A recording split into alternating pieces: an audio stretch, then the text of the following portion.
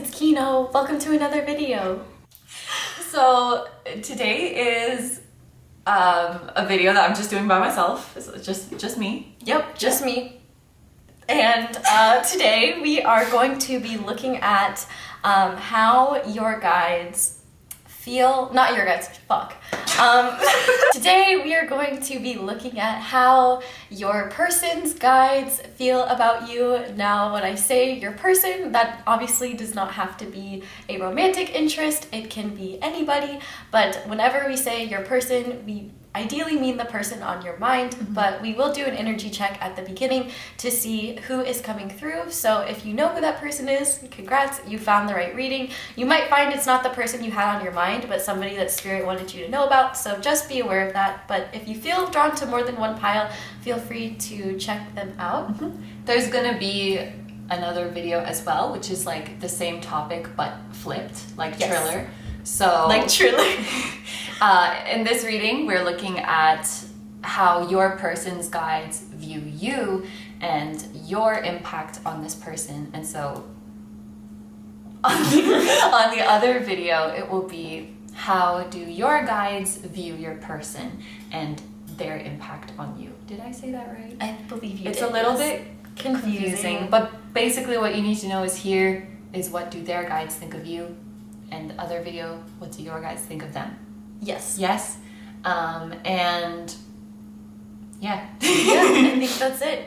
So we have 4 piles to choose from today. We have pile 1 with the peach moonstone. We have pile 2 with this snowflake obsidian.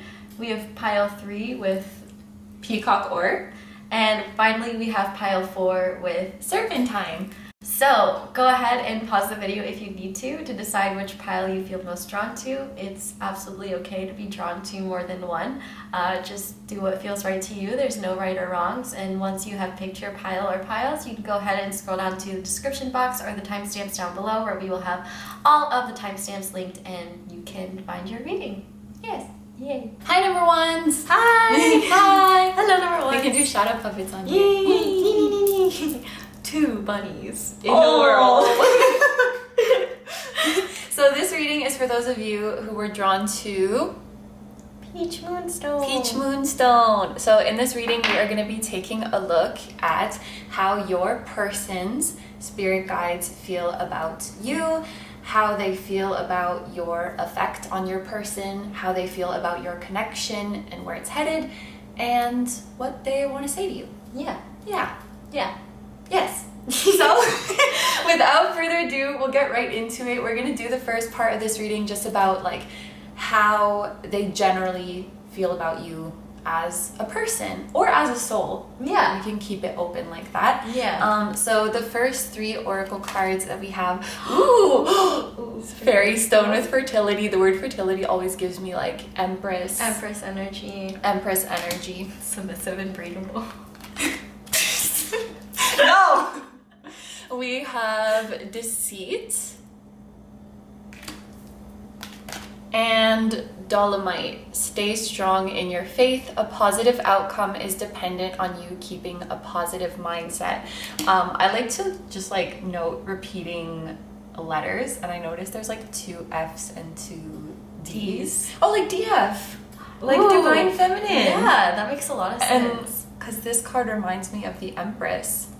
Right away, I feel like this person's guides might think of you more highly than you think they do, or more highly than you think of yourself. Yeah.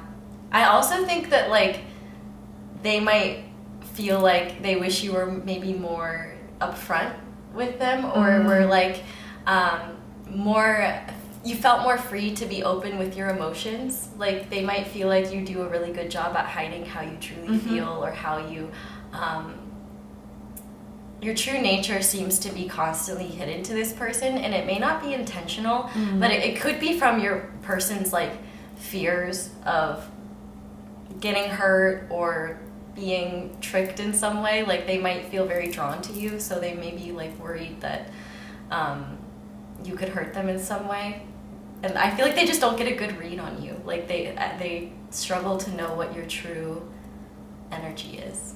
at times towards them. With this card here, like the stay strong in your faith, it's interesting how it talks about like your mindset affecting the outcome of this situation so much, because I feel like in order for this connection to move in a favorable direction, it would require maybe not just you, but like both parties involved to really embody their inner empress, to embody their self-love, to embody knowing that they're beautiful and that they're worth it. Because when you don't feel that way on the inside, I feel like it's hard to be assertive and like come out of your shell and say, this is how I truly feel. So when I see the word deceit, it's not necessarily like, I'm tricking you. It's just like, I may be hiding how I truly feel because I'm afraid. And if you already have it in your head, like this connection isn't going to move in a good direction, or I'm not good enough for it, like of course you're gonna hide.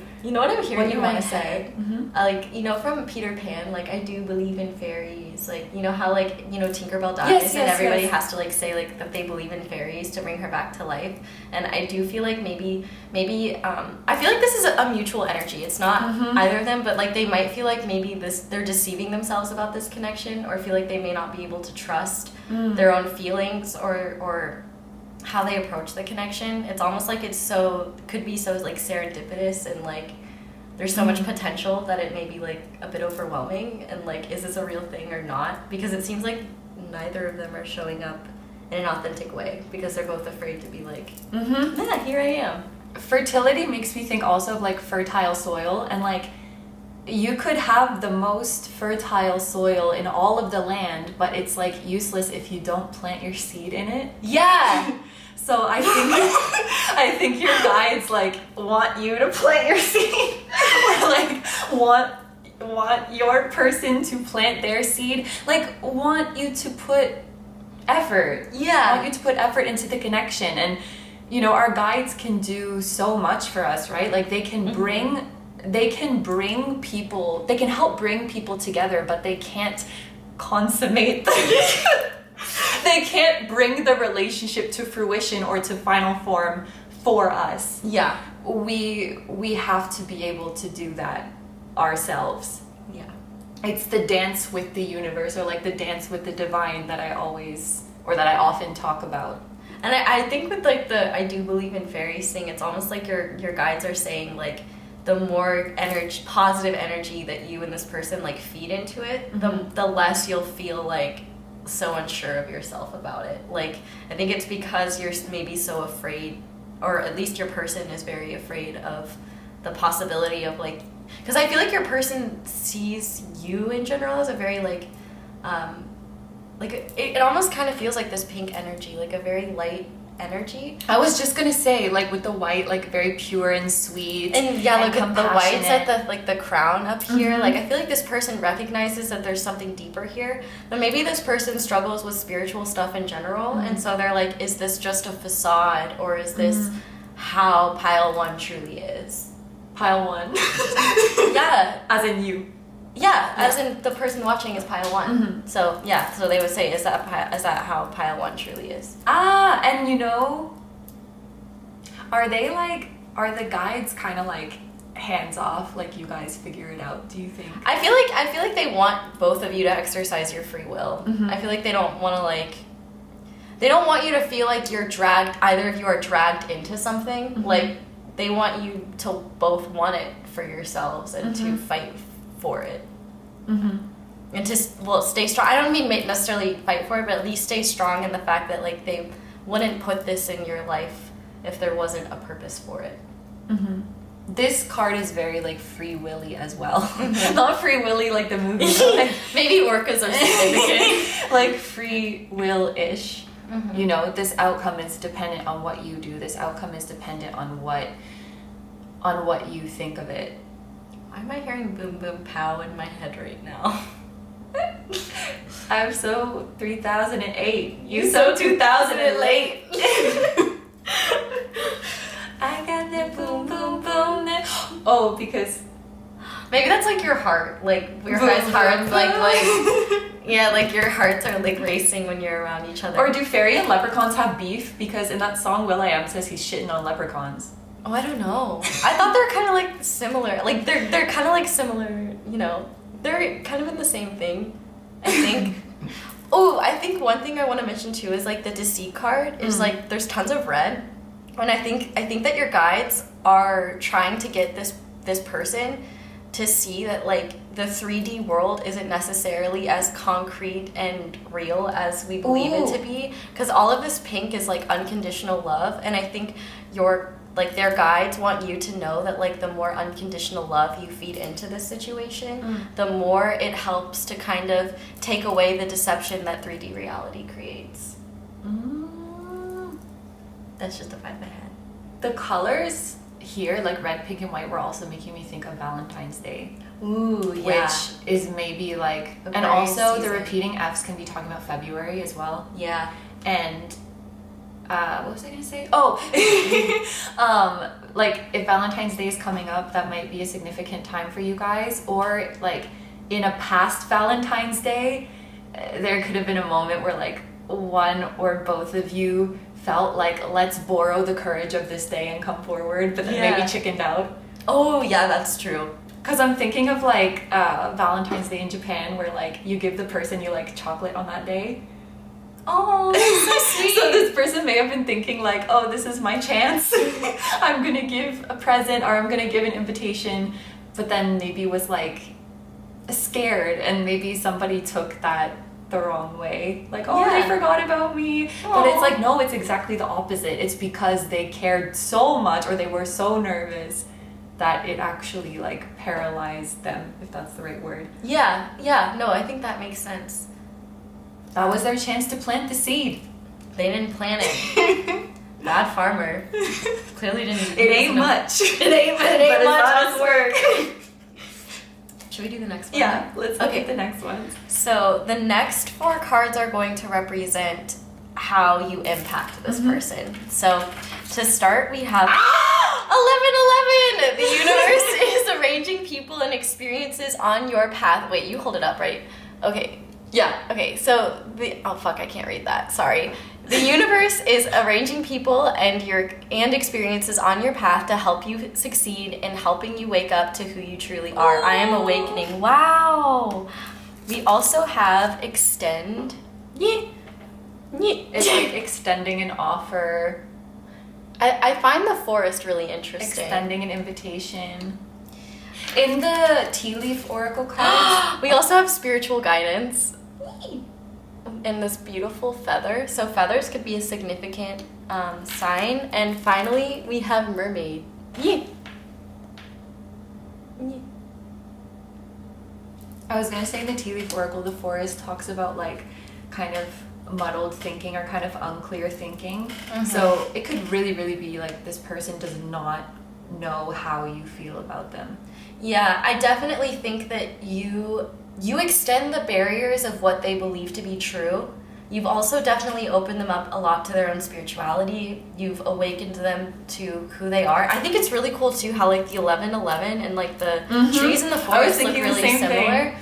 There's a lot of like this mermaid gives me a lot of Pisces energy. And I feel like it may be difficult sometimes to imagine this connection grounded in 3D reality. Like I almost feel like you help this person get into their Pisces energy. Maybe you yourself, the viewer, have a lot of Pisces energy and like could be extending that to them. But I feel like you almost kind of help them go down into like the watery depths of their soul and like explore themselves. But at the same time, with this feather, it makes me think of air. So I almost feel like they're being like if their consciousness is mainly in like 3D reality, it's almost like you're extending them upwards to see higher above like than what's just in front of them in the physical world, and then you're also kind of sinking them into their depths to feel emotions that maybe they blocked off or were too uncomfortable to like experience before. It's almost like it's unavoidable for them now. Like they're being dragged down into it. Like, oh, it's like, yeah. Like, because sirens are very, like, they pull you in. Yeah. So this could be, like, really, what do you call it? Like, irresistible attraction. I'm also thinking of how mermaids are, like, half human and half mythical being. So it's like, of course, you're a person, but there's something very otherworldly or ethereal about you. And that Piscean energy having a link to like the unconscious and the dream world, you might appear in this person's dreams, but like you look like you, but just a little bit different. Like you're glowing, or like you have wings, or like fairy, like a fairy, something a little, or like you're sparkling like Edward Cullen. Yes, you know, just a little bit different. Where it's like, this wow, is the skin of a killer, you're Bella. this magnificent ethereal being, and like I don't know, I'm sure everybody has had this experience where you dream about somebody, and then like if you see them the next day, you feel all like because you like remember the dream. So it's like if they see you or you come up in their experience, they just remember this like magnificent ethereal creature from their dreams. If you've ever seen Aquamarine, it's a movie about a mermaid trying to prove that love exists. Aww. And so I almost, and Spirit was like showing it to me, like I heard her say like, I need to prove that love exists. And so I feel like this person, your impact on them, like I think that one thing that their guides really appreciate about you, and also like love about you, because I think their guides really do like have a lot of love for you. It's like you're showing this person that love can exist, and that love is real, and that I was gonna say, aren't sirens like deceitful? Don't they like lure men in and then like kill them or something? Yeah. So that could be something that this person is afraid of. Like if you are so attractive and ethereal, you must be like working some, like you must have gotten a course from a pickup artist.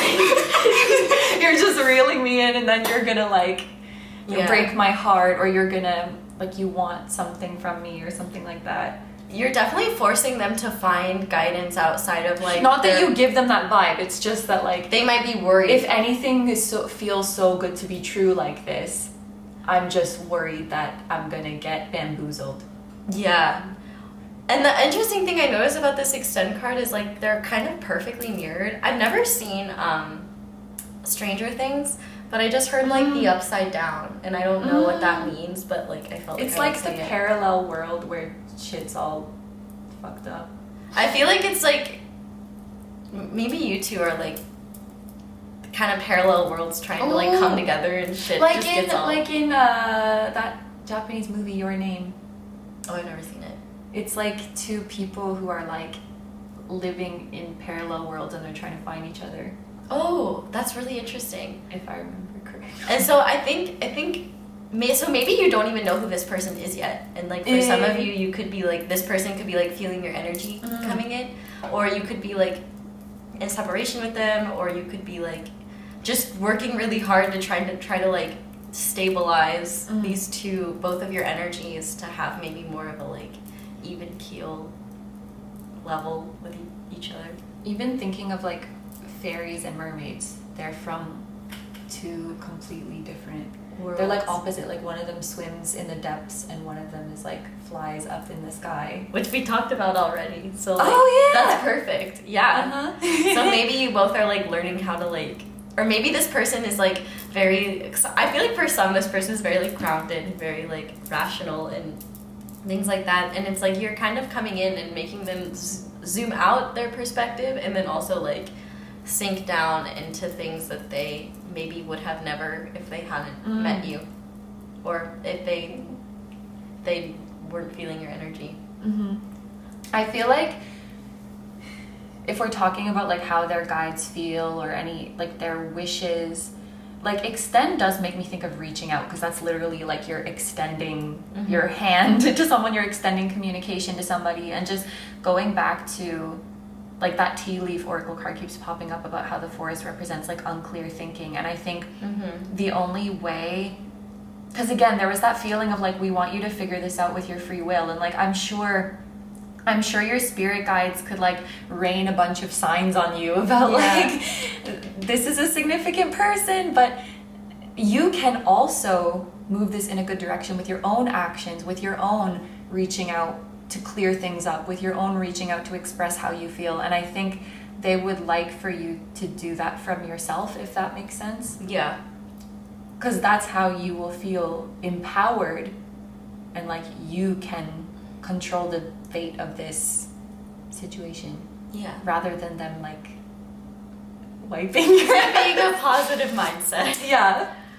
What do you say? We can lead you to the toilet. We can lead you to the toilet, but we can't wipe your ass. You said that you. in my reading. Yeah, it's true. It's you true, know? though. You know, and that's the same thing with spiritual guidance. It's like a tarot reader can show you where you need to look, like for example, inner child healing, but we can't give you concrete examples because what your inner child needs to heal is going to be different from other people, and the methods of healing are different for everyone. You know what I mean? Mm-hmm. Like everybody's just so different. Like there's no one solution fits all way of like going on your healing journey and like finding what it is you need to, what is like holding you back from your truth, I guess. So should we shuffle? Yeah. Should we leave these here or? I don't see why not, but what will we do with them? Well, we might want to like refer back to them later, you know. So do we take them off or leave them on? Maybe let's like let's condense them a little bit. Okay, we could put these on like the border, like on the periphery. Ah, yes. Good idea. And those at the top? Yeah. That's perfect. Yay. Okay. I think I'm just gonna use my Rider-Waite to start. Okay, I'm gonna use this one. That one's pretty.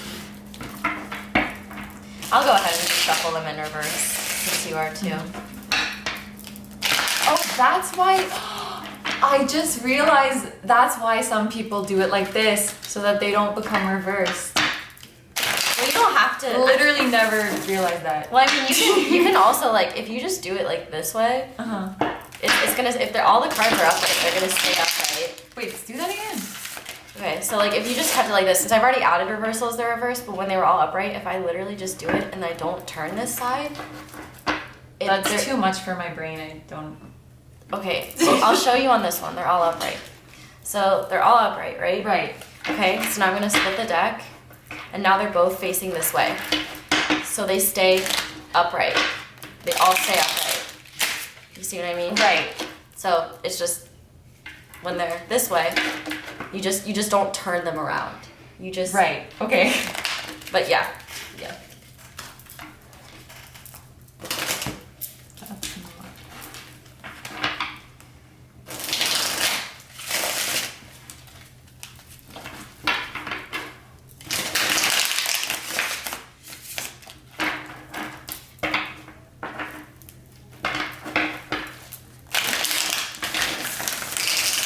Okay, so this part is how they feel about your connection, how it's going, how their person feels about their connection, or their guides. The guides. The guides. Okay. Gotcha. Okay. I'm ready. How many are we shuffling? Maybe like 2 each. I'll do 2 and then like the back of the deck. Sure. Okay. So. Page of Cups. 7 of Pentacles in reverse. The World in reverse. Ah! 9 of Cups in In reverse. reverse. The 4 of Pentacles in reverse. And the back of the deck on mine is the Fool. Mine is the King of Wands in reverse. Oh, sorry, this confuses me. Okay. I'm gonna put... There's like a lack of fulfillment and a lack of confidence. For sure. For sure. Impatience. It's like, I just heard that Disney song from Rapunzel, or no, Tangled, where it's like, when will my life begin? Mm-hmm. And I feel like your guides are recognizing that both of you are holding back, for sure. Mm-hmm. And it's like, I think both of you don't really want to admit that like, this could bring you both a lot of happiness. And it's like, I feel like you both have just looked over what's happened in the past, or if you haven't met this person yet, it's like, maybe you just feel like they'll never come or they'll never show up.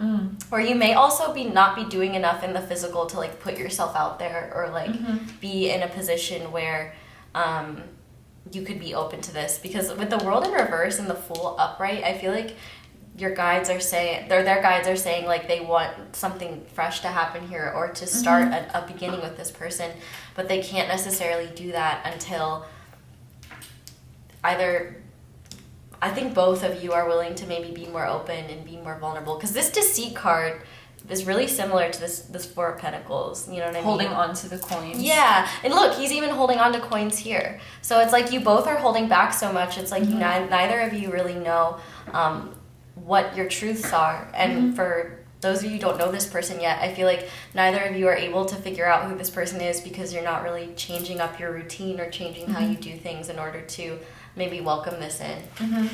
Pages have a lot of potential in them, but they are like the beginning, you know, like Page, Knight, Queen, King. It's the beginning of the journey to discovering your emotions. And so the Page of Cups knows that the feeling is there, but it's not until you get to the Knight of Cups where it's like you get on your horse and go and do something about it. So the Page of Cups is like, I have this emotion and there's potential in this emotion, but there's no action quite yet. And I think with these two cards, there is an impatience, like an unwillingness to wait, and also like a fear of being disappointed. Oh, you know what I noticed in this Page of Cups too? So I looked at this Page of Cups and I heard I'm sorry. Oh. And so I do feel like maybe there's some like reconciliation energy here. Like maybe for some of you, you do need to like maybe lay everything out on the table. But I also noticed there's like a rabbit and then this red string, which always makes me think of the red string of fate. And like the rabbit makes me think of like Alice in Wonderland. You know how the rabbits, and rabbits like, are a symbol of fertility as well. Ooh, yeah. They were fucking like rabbits. Yeah, exactly. They in the rabbit in Alice in Wonderland is like, I'm late, and is like freaking out. And I feel like spirits, like your guides are saying like, you're not late for anything. You're exactly where you need to be. Like, it doesn't matter how far away you go. I just from realized each other. there's a person that I wanted to say sorry to, but like I thought it had been too long, and so I didn't know if like, is this even appropriate anymore? Yeah. Or like, are they gonna be pissed at me if I come back out of nowhere after all this time? Like maybe they've already moved on. Yeah. You know? Sometimes when like too much time has passed, you just feel like you missed your chance. And I feel like with the world in reverse, neither of you have moved on. Because, like, It's look, like there's a unfinished, couple in the there. world in reverse is like unfinished business. Yeah. And so, like, Spirit's saying, like, if you hop to it, there's nothing stopping you, really. And what I wanted to say with the Four of Pentacles, too, is, like, I also think of this as, like, an angelic message of, you know, because 4 is, like, an angelic number. I think of it as your angels being like, I got you. Or, like, this is secured. So, it's like, we're going to save this for you. You know? Like, even if you show up late, we can just reheat your food, you know? Yeah. Like, We'll keep it even in the if you waited like 10 years or something, like this is still gonna be here. And I think I've used this before in a reading, but it's like when Rachel says to Ross, like, just so you know, with us, it's never off the table. Like there couldn't be any number of time that goes by that's gonna make this like too late or off the table or like you missed it. Like it's here for you. It's here for you, basically.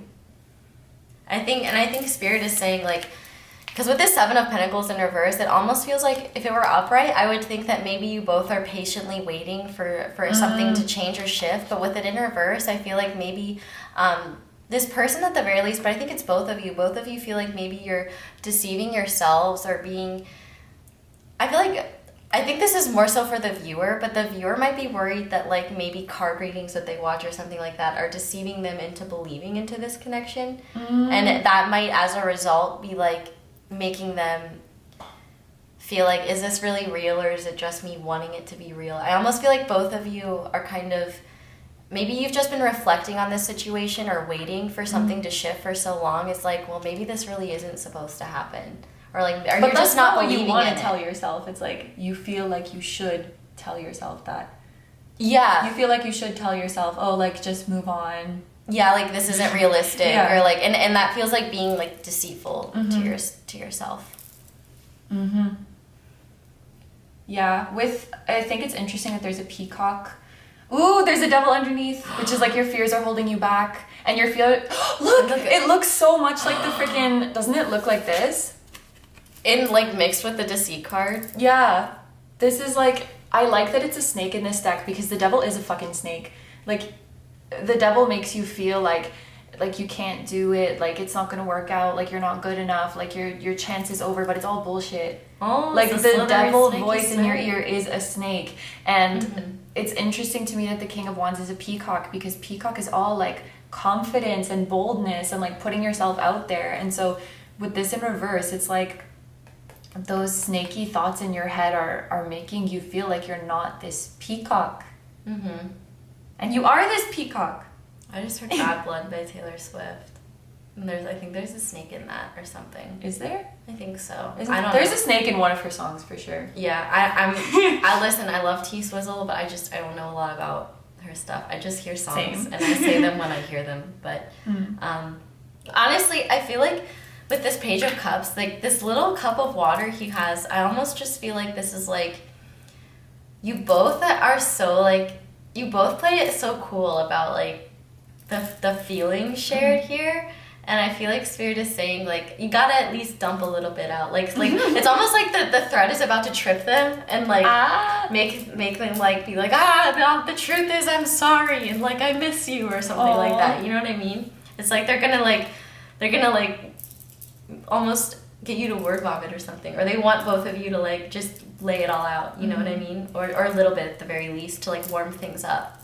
I just had this idea from what you said, like the I'm sorry stuff, the forgiveness stuff we were talking about earlier today. Like, if there's something blocking coming together with this person, it may be worth it to like look into past lives, because even if your human self doesn't remember it, there may be some guilt that you're holding on to or some resentment that you're holding on to that your soul is holding on to towards their soul that is preventing your soul from wanting to move you forward, if that makes sense. Like if, I don't know, like if let's say I like killed you in a past life or something, then and I might be like, fuck, like, why isn't my connection with Madison coming through? And as a human, I don't understand why, but my soul is like, I feel so fucking guilty because I murdered you and, like, I don't want to murder you again.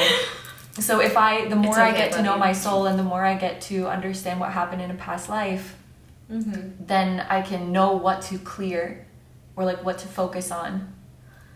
Well, you know what's interesting, too, is in this Nine of Cups, like, his hat is red, and I almost just kind of feel like maybe you both have been trying to fulfill, like, feeling like if you followed, like, the straight and narrow path, or the path that would be, like, most socially acceptable or, like, most grounded, that would make you feel the most secure and happy. But I feel like you both have been pursuing that for a while, and it hasn't really changed. You're like lying to yourself because it's not what you really want. Yeah, it's like that might be what other people want, but it's not what they want. And so, but it might be easier, you know, to just like conform to that. It's funny because I got this like analogy / example thing before we shuffled the tarot of like, you know, getting angel numbers and like getting signs from your guides, and we had just talked about how your guides can't like wipe your butt. Yeah. And I was thinking like if someone keeps seeing angel numbers and synchronicities with regards to like they're gonna get their dream job or like they're gonna get a job offer, and then they think like, fuck, like my spirit guides were lying to me, they kept saying I was gonna get this job and I didn't, and the guides are sitting there like, well, did you apply to it? You're like, yeah, no, but you said I was gonna get it. And I felt like for this group, like signs don't necessarily mean something is coming, but it's a green light. Signs are a green light for you to take action. Yeah, I definitely agree with that. Like if you do take action, it's gonna go well, and we'll be there with you. I always think of like, oh yeah, like the Eight of Cups reverse, like neither of you have moved on from this situation. The dog I think of as like spirit. If you jump off that cliff, I'll follow you. Yeah. Take the leap of faith and we'll support you. And the white rose represents like new beginnings. So. I have a deck where the dog is literally like pushing the fool off the cliff. And I'm like, these are some aggressive spirit guides. But no, like, see, this dog is eager. Like, this dog is excited. If you choose to take this leap, we'll be so freaking excited and we'll follow you, but we're not going to push you. Look, and even on the Eight of Cups, like, that's more red cloak. It's like you both like walked away from the situation like, oh yeah, we're moving forward, or I'm moving on, or like if you haven't met this person yet, then like I'm gonna distance myself from this energy. And it's like both of these are you cards, sure about that? These are both like unfinished business for me, because like the whole idea of the Eight of Cups is like he's walking away because the cups are empty. So in reverse, it's like, what are you doing, fool? Like there's still things in those cups. Yeah. This is unfinished business. Yeah. I think that's all I just heard like, are you brave enough to let me see your pink cup? Oh my god. What a problematic. So there's definitely some attraction here. Oh, I think also, speaking of that, if this has been like a friends with benefits, or like if there's been physical intimacy here but no like emotional intimacy, I feel like your guys are saying like maybe like hold off on physical intimacy until you can like emotionally connect with them, because it may be easy to like fall into a cycle where you like, you know, connect physically but like get overwhelmed by the energy, and then the connecting physically could like put a band-aid on things for a while where it feels like everything's good again, but you haven't addressed like deeper issues. Yeah, it's almost like taking things like slowly and also not letting like the slightest misstep, like or the slightest like little block or misstep, like I feel like your guides are saying like don't let that like deter you from what your goal is. Like that's how life is, you know. Not everything is a straight shot. Sometimes we get a flat tire when we're just trying to drive to the store, you know. Like there's just always something like that. So I feel like your guides are saying like don't get too discouraged if you already have it in your head that like that an opportunity isn't for you. You are gonna perceive every little thing like that as like, my guides are stopping me. Yeah. But it's just life happening. Yeah, it's just life. And I think, yeah, it's hard to like make that discernment, but I think that ask yourself, whenever you're acting in this connection, ask yourself, what would love do? Oh. And just act in love. But that also extends to yourself too. That's incredibly important. Like you can't be hard on yourself if like, say for example, like you both miscommunicate, or like you're not like on the same page. Like it's not either of your faults. It's just like, you know, there just may need to be a solution that needs to be like worked around or something. Okay, so should we do the last part? The final part of the reading is going to be like messages directly from this person's guides, like advice that they have for you or just anything they want to say to you. I just wanted to recap. So like in terms of zodiac signs that are here, we have Aquarius, fire sign, Aries, water Leo, sign, Sag, Cancer, Scorpio, Pisces. Yes, and then also Taurus, because all the other ones were already named. Yeah. So, and then important like symbolisms. It can be dogs, fairies, mermaids, peacocks, rabbits, feathers, pink, rose quartz as well. Rose quartz and rhodonite seem to be significant stones. Also rhodochrosite. All very beautiful, like. Also, just white flowers in general, because there's a white rose here, and there's like these white, kind of look like Six of Cups has white flowers on. Oh yeah, could be soul family.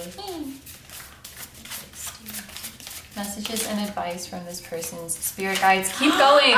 You are on the right path. The seeds you are planting, bitch. You have to plant the seeds. The seeds you're planting will grow. Success is guaranteed. So any signs that you're seeing, it's like they're trying to give you a green light. They're trying to let you know that I'm waiting for it. That green light. Yes, exactly. And enjoy the process. Celebrate every small step forward. You're doing an amazing job. The journey is the gift.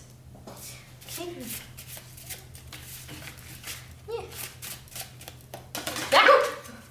New beginnings! Oh, and yes. there's a little baby. Little baby Potter. Yeah. So Spirit's definitely saying like, one, I think that this is a sign that if you've been feeling called to communicate, like I think they're encouraging you to do that. But if you feel like you need to wait for communication, I feel like Spirit is saying that is definitely it's definitely something that you can expect. I'm thinking about like Harry couldn't be killed because of love. Yeah. It's like there's too much love here for it to die. Yeah. And finally, we have don't let others tell your story. So I think Spirit is saying, especially if like other people have been like meddling in this situation or like telling you both like telling you like if there are other people involved in this connection, like if you have mutual friends or things like that, they may have perceptions of this connection that are not entirely accurate. And also like your friends might have an inaccurate view of their friends, and their friends might have an inaccurate view of you. This song just came to my head like yesterday. I hadn't thought of it in ages. It's Us. Fuck, I forget the artist. No, it's What So Not. That's the artist.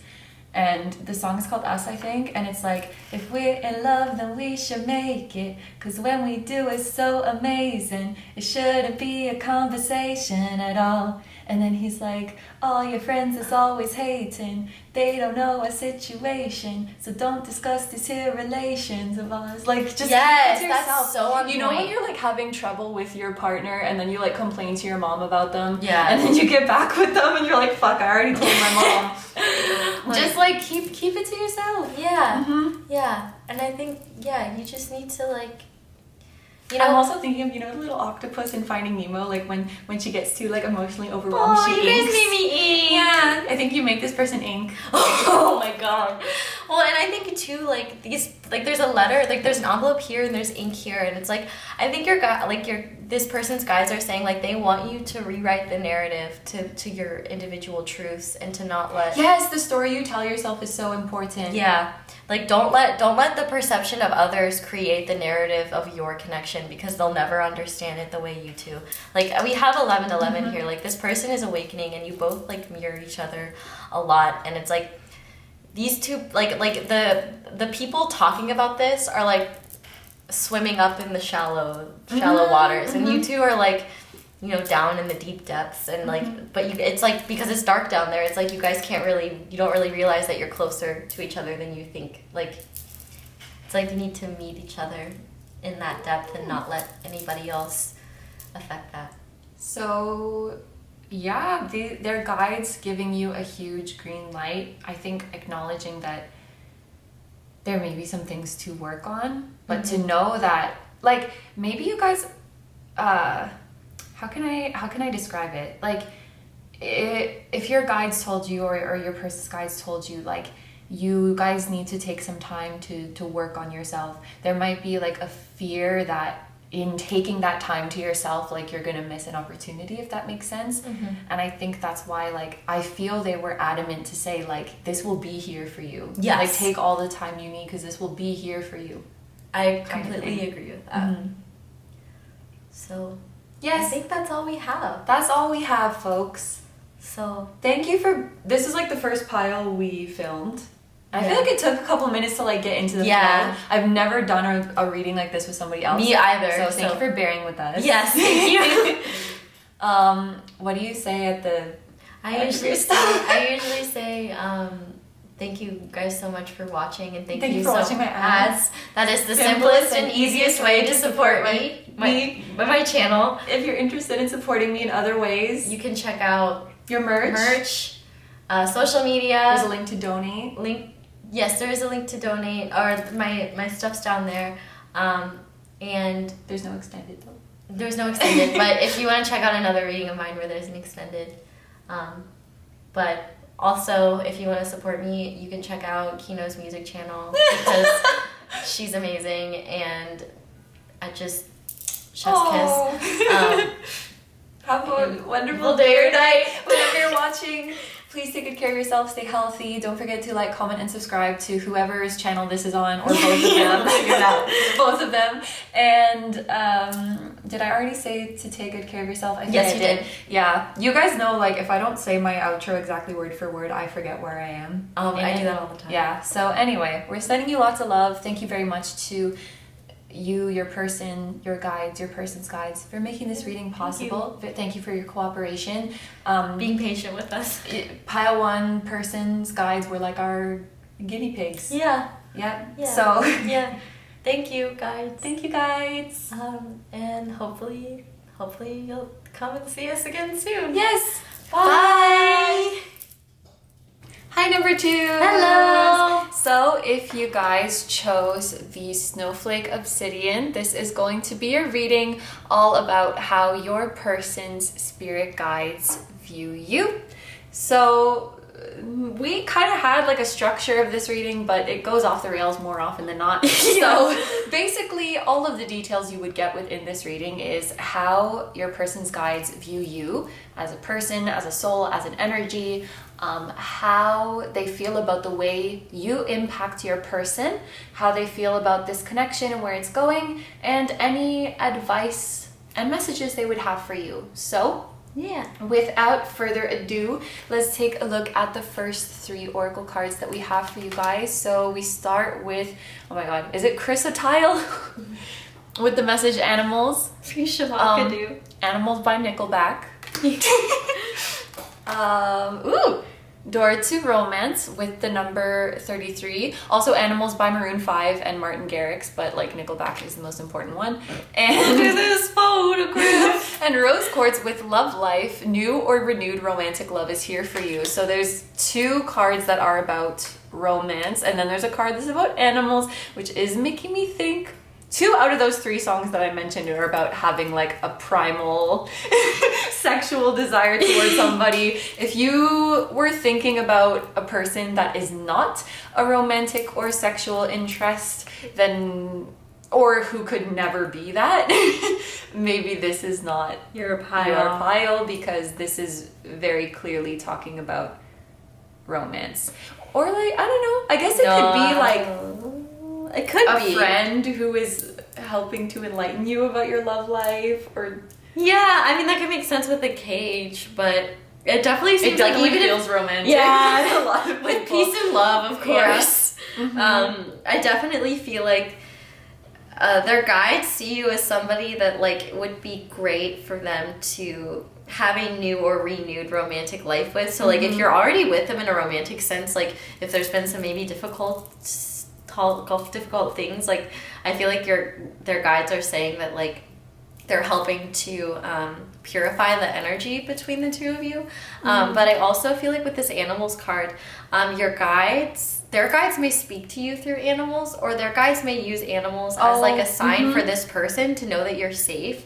Like if animals are like really drawn to you, or like their animals, for example, like really like you, like that could be like their guides kind of like showing your 3D person that like you're a safe person to open up to, or like that even animals trust them. Like come on, you know. Like if they have a cat, you know how cats can be kind of like, don't look at me, don't talk to me, leave me alone. If you like go over to this person's house and their cat like just rushes over to you and wants snuggles, then they're gonna be like, wow, like my cat doesn't like anyone. Yeah. Or I'm thinking of like, you know, the Justin Bieber song, it's like, my mama don't like you and she likes everyone, but it's like the opposite. Yeah, my like, mama likes you and she doesn't like anybody. Yeah.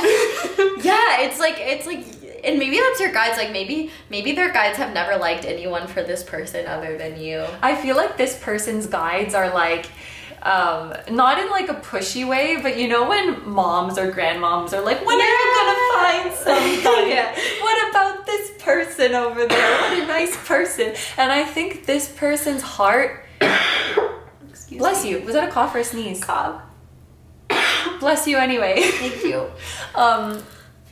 I choked on my own water? spit. Yeah, I'm embarrassed. I tested negative for COVID twice in like the past 4 days, so nobody better come up in these comment sections being like, ASOS got COVID. It's okay. No, Earlier I choked on a jalapeno, and that was a very painful experience. I saw you choking into yourself. Oh god, yeah. I was crying. I think this person's heart has been locked away, whether they have locked it away themselves. I feel like this represents the viewer too. Ooh. Like, I feel like their guides are saying, like, they kind of want to push this forward, but maybe you're also a little bit closed off to this, like, out of fear or, like, anxiety. Like, maybe you're not, like, maybe, okay, so you know how in volleyball, like, there's a you know, bumper, setter, spiker, you know? So, like, I think Spirit is they want to set so that you can spike, but, like, you gotta bump the ball to them first, you know what I mean? Ooh. Like, you gotta make a move so that they can, like, piggyback off of that in the physical. Rose quartz, actually we have pink and green here, which are the colors of the heart chakra. It's a very pure, soft and gentle sort of energy here, and I think this is about what their guides think of you, but I think what your guides see in each other is that like you guys have the key to let this heart out of the cage. Like you can melt the frozen heart, so to speak, of each other. Let it go. And they're really trying to, like, your guides are trying to show to each of you, like, this is a safe person. This is somebody with pure intentions. This is somebody that if you let them in, they will understand and accept you. And so they're trying to show, I think, in many different ways, like that this can be something very sweet. The number 3 is making me think of the Empress, which is like unconditional love and acceptance, taking you exactly as you are, nurturing you. I also, like with the animals card, you know how oftentimes people will say like, oh, animals are more afraid of you than you are of them. Like you might be really afraid of this person, and I feel like their guides are saying like this person is actually more afraid of you than you are of them. Yeah. Like you might think that like this person is intimidating, but they like think you're intimidating times like 4. Ooh. Yeah, like yeah, I think Yeah, did you watch the Amanda show? Yeah. You know when there's like totally Kyle sees the spider and he's like, ah, spider, and the spider's like, ah, Kyle. You guys are like the spider and Kyle. I was thinking of Courtney. I'm Courtney. Like you're both just like, ah! Yeah, like you both are just very much like, it's almost like, I almost just see within like the Snowflake Obsidian itself, like, you know, most of it is dark, but it's like there's these little bursts of clarity, I almost feel like, and I almost think like their guides are saying like, as time evolves, like, you know, things will make more sense, and like kind of like the dots will connect, and like more light will be brought to the situation, but like you can trust the intuitive feelings you've already had about this connection. You can trust what you've already experienced, I think. I'd like to note too that like, you know, this door is not all the way open just yet. Like you're still kind of scratching the surface. I just heard the song, like, one way or another, I'm gonna find you. I'm gonna get you. I feel like your and their guides are plotting. Yeah, like, they're up there, like, I feel like Mr. Smithers, like, excellent. Like the Parent Trap, how they, like, make this elaborate plan to bring... What if they switch places?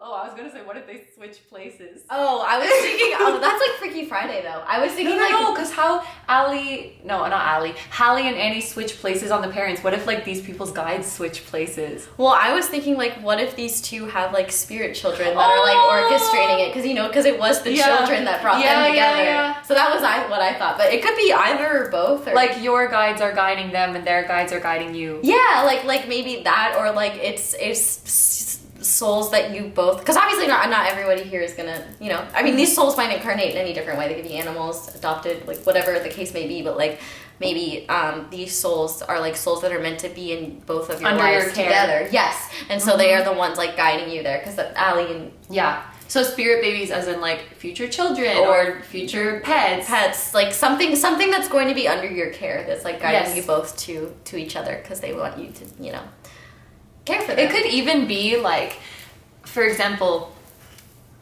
maybe this is just for a few of you, but if you guys feel like you have a really, really big purpose on this earth, like you're meant to change the world, this could be like the souls of the younger generation, just in general. Yeah, like guiding you both together. The next wave of like star children or something. Yeah. Like you're gonna be the adults who set a good example for us on earth. Yeah, so it's like very important, because like your love could help renew others' love and bring more new love into the world. Aww. I almost feel like too, this is like this connection affects like more than one generation.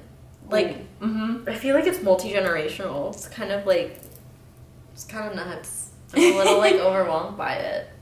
But it's definitely like, it's a very beautiful energy. That's interesting too, because this was making me think of like Narnia, like when they go into the wardrobe and they're in this other universe where like time works differently. Yeah! It makes me think of like the soul world. Yeah. Oh, absolutely. I completely agree with that. Like, I definitely think like... What? I just saw something from South Park. It's not relevant to the reading at all, but like... Is it? I don't think so, but like, I mean, maybe. I guess I'll talk about it. Like, there's this one South Park episode that like makes fun of Scientology, and like Tom Cruise, like Stan is supposedly the next coming of L. Ron Hubbard, and like I don't even know who that is. You don't even know what Scientology is? Oh, well, like I know of it, but I don't know anything about it. When we're done with this, I'll give you the lowdown. But anyway, Tom Cruise is a Scientologist, like a very big one, and Stan in the show is supposedly the reincarnation of L. Ron Hubbard, the founder of Scientology. And so Tom Cruise like goes into Stan's bedroom and is like, what do you think of my movies and stuff? And he's like, like they're okay, I guess. And like Tom is like devastated and he runs into the closet, to Stan's closet, and then he won't come out. And then like there's like a running joke in the whole show, like Tom Cruise won't come out of the closet, and like they bring in Nicole Kidman. She's like, Tom, you need to come out of the closet. Tom, it's okay. Like, people are allowed to not like your movies, Tom. Like, it's just like, it's not relevant. I don't know why I went so... Spirit was just showing me that. Well, there's like a second coming message there. Yeah. It could be a soul that you guys have known before in this lifetime who's passed over to the other side and who's going to be coming again to be under your care. I also think that maybe like you fear rejection more than like you want to open up to this person, or like you would rather like stay and hide and like rather than like be You'd honest rather with them. stay in this closet with your heart in a cage. Yeah, because it's like safer, and like you don't want to feel like what if they do reject you, or like what if they like hurt your heart or something like that. But I think that you're like their guides are saying like no, like we're really here to like... You're both being very shy. Yeah. Aww. Yeah, I think it's really sweet. I don't know why that's heartbreaking. Maybe it's relevant for somebody. Maybe. I mean, it made me laugh, but I was like, shit, I laughed and now I have to talk about it. I wasn't going to. It's a really funny episode, though. I'm not going to lie. Like, I love South Park. I love it. Okay. Are you good? Yeah. Okay. So these next 4 cards are going to represent like how you affect this person, just like in general. So to start, we have Medusa. Oh my god, you make them freeze. Like, freeze in fear. Like, fight or flight, you know what I mean? Ooh. Like, oh wow. We also have home. We have pause. Wow, there's a lot about stillness here. And number 16, you have an inquisitive mind that allows you to uncover important truths. You have a special ability to read into other people's feelings, a wisdom seeker, and your angels are asking to share your knowledge for the benefit of others. I am perceptive. There is something about having an important purpose, I think. Yeah, I agree. Also, isn't Medusa that artist that's like, show me a piece of your love, a piece of your love, and you want to get down. Isn't that Medusa? I don't know. I'll figure it out. That's a really good song, though. It sounds familiar, but I don't pay attention. Aw.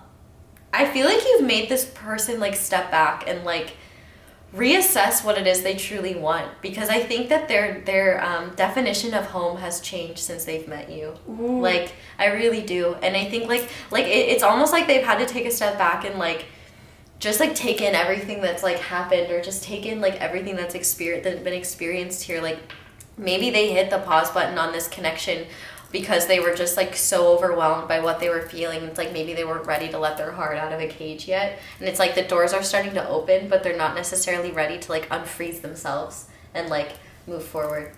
That's interesting that these both have like a message of freezing and pausing, and there's a lot of messages about being shy around each other. Or also maybe too, like maybe you've been in a long like separation period with this person and you're feeling like maybe this will be coming like together soon, or like you may be like literally making plans to see this person, or like you're in the home stretch. The like homes, you're almost yes! Home. That's so cute. Yeah. But like, and that makes me think of there's no crying in baseball. What? Have you never seen oh shit, I'm gonna get in trouble for this. Why? Because I can't remember the movie, and I know what it's called. A League of Their Own. A League of Their Own. It's a movie with it's about like girls that play baseball, and like Tom Hanks is their coach, and like one of them is crying, and he's like, "There's no crying in baseball." That's just I got it. Like, because when you said home stretch, that made me think of baseball. Oh. Like the home stretch is like going from third to home. Mm-hmm. I think your guides wish you guys. It's like being uncomfortable in your own home. Like, this is your home. You're allowed to take your pants off. You're allowed to eat directly out of the pot. You're allowed to drink out of the carton. You're allowed to be comfortable. I think maybe there's this mutual, like, I don't know how to act around you. I'm afraid of coming off as, like, weird or crazy. And you know, this can also be because you said something about like this person redefining their idea of home, and I wonder if this person came from a kind of rigid at best or unloving at worst kind of home, where there was a lot of like discipline and the family really cared about putting on like the Dursleys when they have the relative over and they have to like put on a show for them and pretend they're like this family that has it together, and then the home that they have with you is like, oh wait, maybe home is the place where I can be comfortable and be myself. Yeah. Well, I was also thinking too, I don't know why sports movies are coming in. Have you ever seen Happy Gilmore? No. Oh, it's a very funny Adam Sandler movie, but it's about golf. And like there's one point. Is somebody an athlete? Somebody must be. Like baseball, or a Scientologist or both. I don't know. But there's one scene where like he's trying to putt the ball. And like he's like yelling at the ball. He's like, "Come on, ball, get in the hole. Don't you want to go home? That's your home." Aww. And I feel but he's like yelling at the ball very aggressively. But like I feel like your guides might be like Happy Gilmore, where they're like trying to get you both to like not like yelling home. At you aggressively. Not yelling, yeah, but they're just like, "Come on, like that's your home. Don't you want to go to your home?" Like it's interesting that we spoke about animals here as well, and like I think you were saying the example of like animals acting a certain way around you could make them feel that you're safe, but it could also be like guides using animals as a sign. It's like all the birds are here being like, look, this is your home. And it's very similar to like all the hearts there. And even some of the hearts almost look like butterflies or like bird wings. Like I had a friend who kept seeing like pigeon couples cuddling as like a sign of her soulmate. So, and there's like a bunch of freaking bats, freaking like snakes and stuff.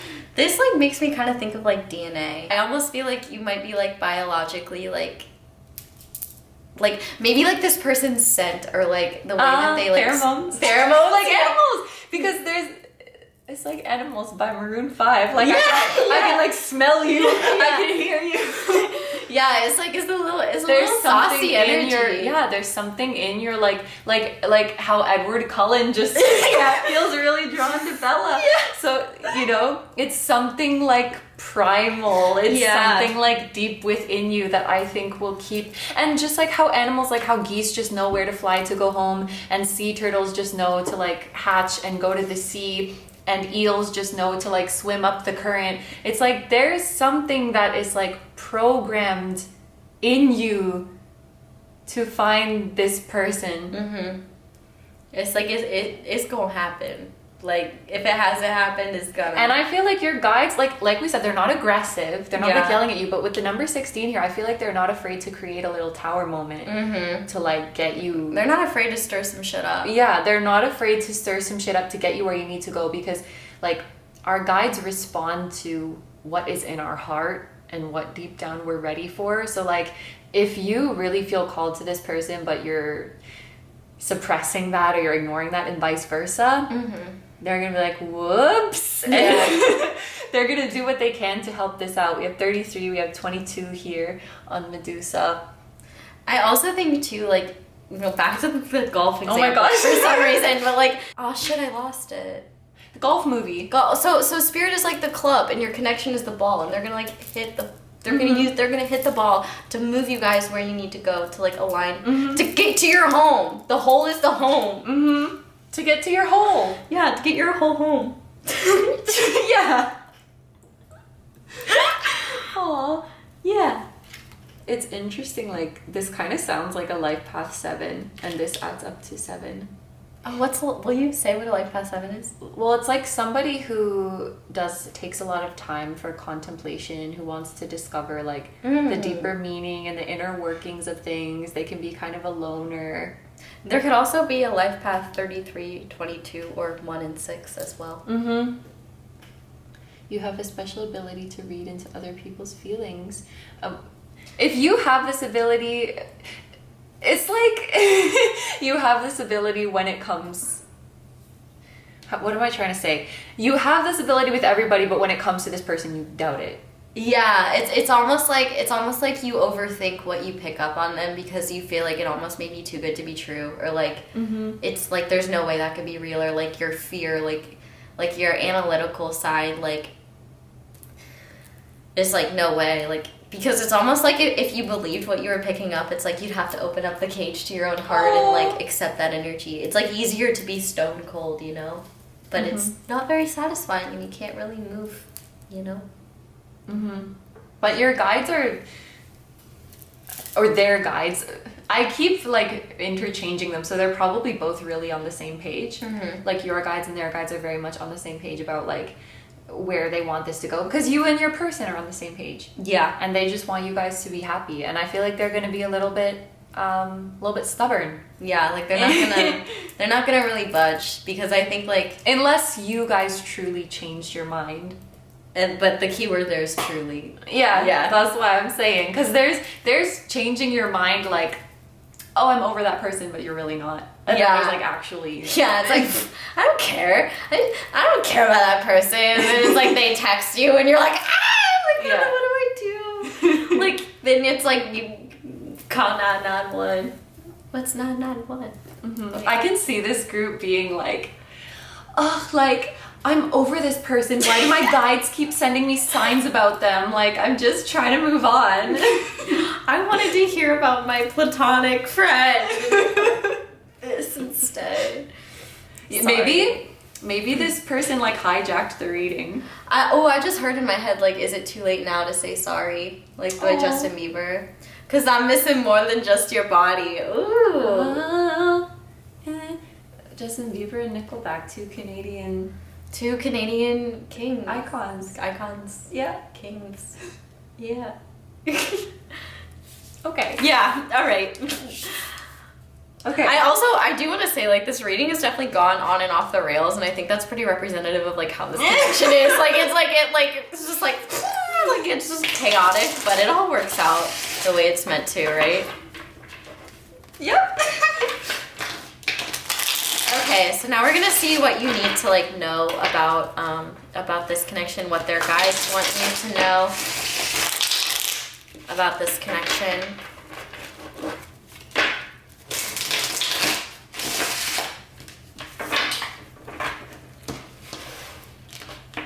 It's interesting too, like, if you look at the pattern of these lines, it's like coming together, coming apart, coming together, coming apart. It can be an on and off thing. It can be like you literally keep bumping into each other. I just heard, like, Kendrick Lamar say, like, I've got loyalty, I've got royalty, I've got something else in my DNA. The song DNA by Kendrick Lamar just was playing in my head when you picked up that card.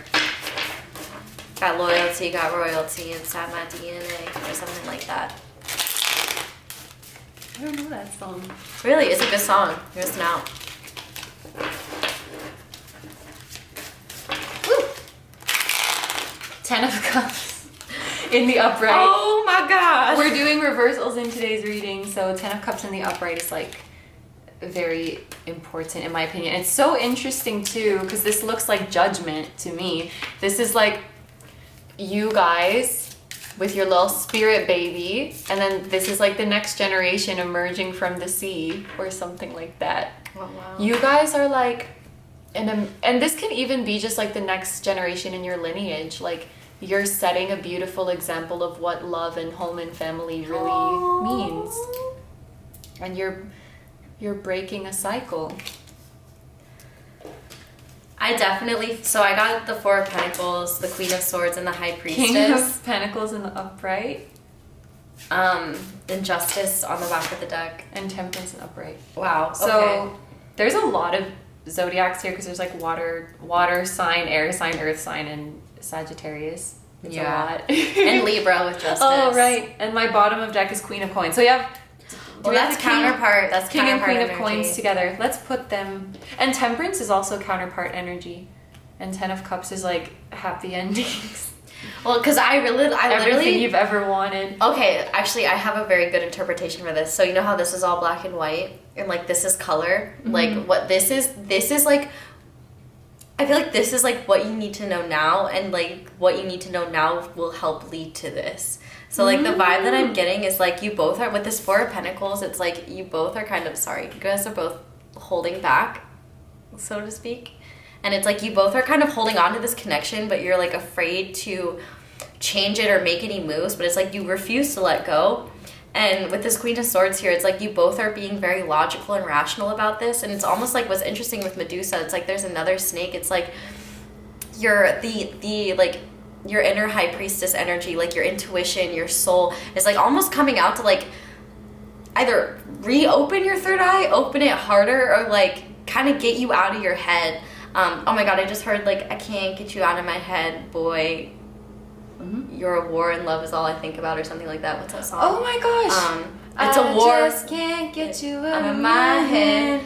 Your loving is all I think about. I like that. Something like, yeah, it's a good song. I can't remember. Like It's every Kylie Minogue. night. Oh yeah, every night. La la la. Yeah. La la la la la la. That's the one. And I feel like Spirit is saying, like, with this High Priestess and also this Justice, which this is like 11. Yeah, it's like you both are hiding from each other, but you both want like balance. And it seems like Spirit is saying, like, they're trying to get you to listen to your intuition because they want you both to balance out this situation. And also that it could be a very this connection could really go somewhere. Like, this could really be something special.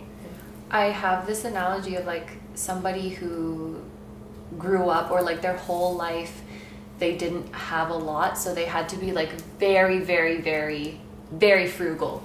And then later in their life they come to a lot of abundance, but they still act as if they don't have it. So they're like depriving themselves of things that there's no reason to. And they might think like, oh, I'm just being frugal. And their guides are like, no, this is literally like being cheap to yourself or depriving yourself. There's no reason with the abundance that you have now that you should need to do this.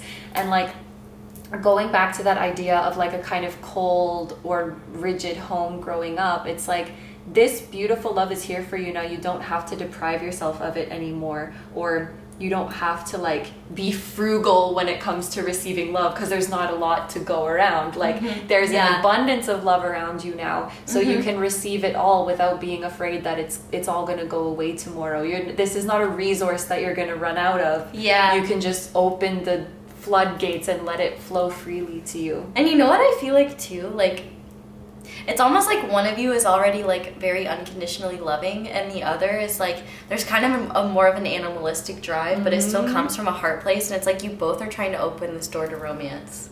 It's like no matter what, it's like you both might approach this situation differently. Like one might be pink and one might be green, but they're still both the colors of the heart. And it's like when you come together, it's like you both fully open those doors to make way for that. Is the feminine aspect of the heart chakra, and green is the masculine aspect.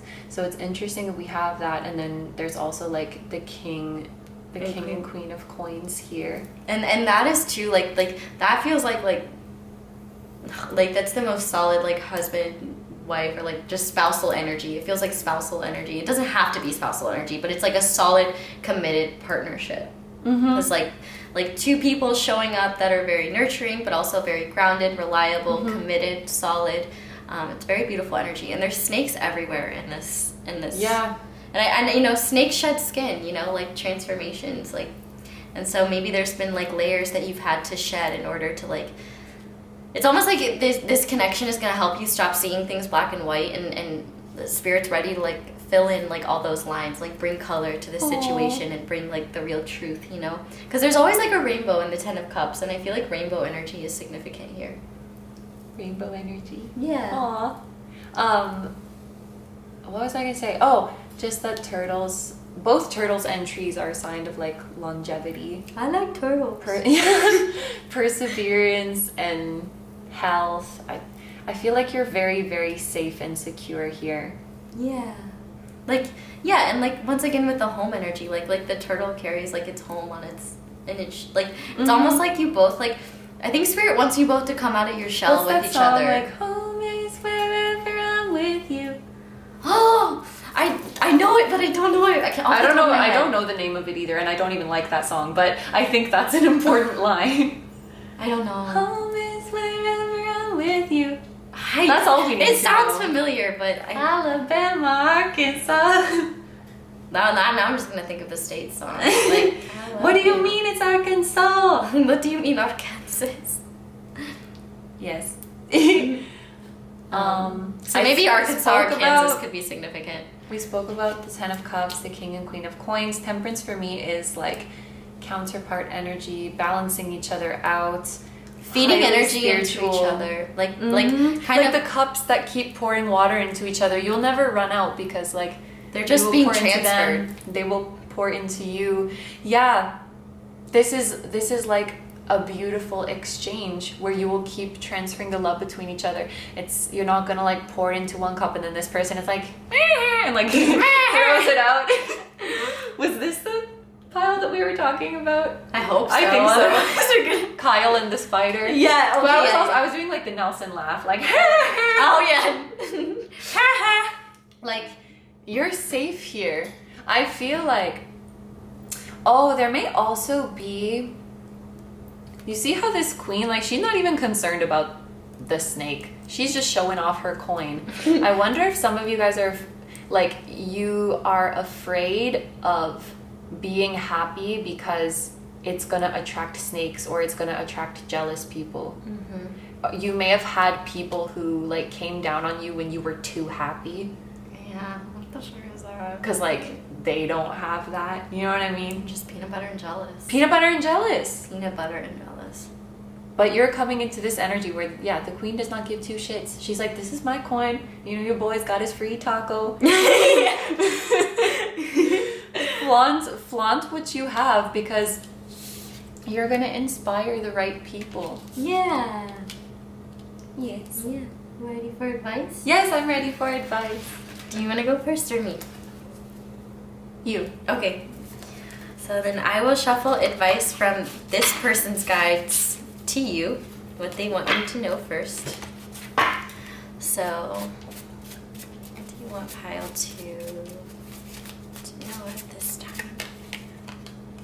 It's our choices that show us who we truly are. So I think Spirit is asking you to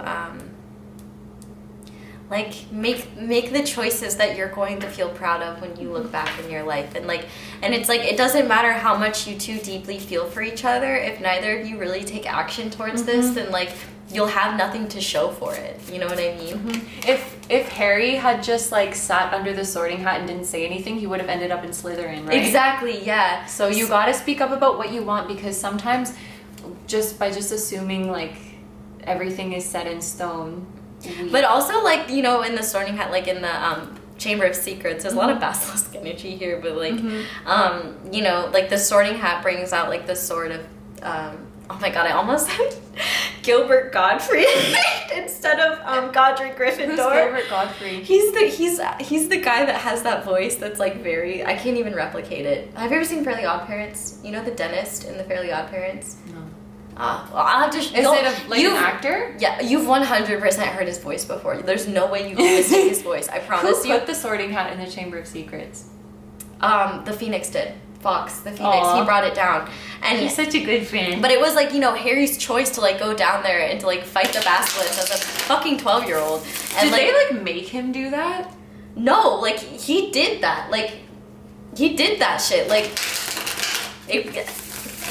But obviously he's like, I'm Harry Potter. If you don't choose your story, someone else will. That's what I want to say about that. Sorry, I like grabbed it. I got excited. Yeah, it's okay though. Like, because I also think that if there's been other people like involved in this, or like if other people have been trying to speak your truth for you, like don't let them. Like, and like if people say, like if people discourage you from this connection and you feel like they're not correct, or like that's not correct, like don't let other people like tell you what this is going to be, or like have you make up your mind about it. But on the back of the deck, like we have new beginnings and almost ready, and so like I feel like there's a new beginning or a beginning happening. I don't know what this card is. Loving care. And there's a phoenix, and there's animals, and this is like Hagrid. So like I definitely think that like you both are going to be each other's like carers. And I think your guides are like taking care of you both and like making sure, like they're saying like, hey, you're really close to this. Like keep loving yourself and giving care to yourself and giving care to the situation, because like that's what's gonna bring you. Yeah, Polyjuice, time to change. It's like you guys are getting ready for that, and it's almost ready. Like it's gonna be here sooner than you think.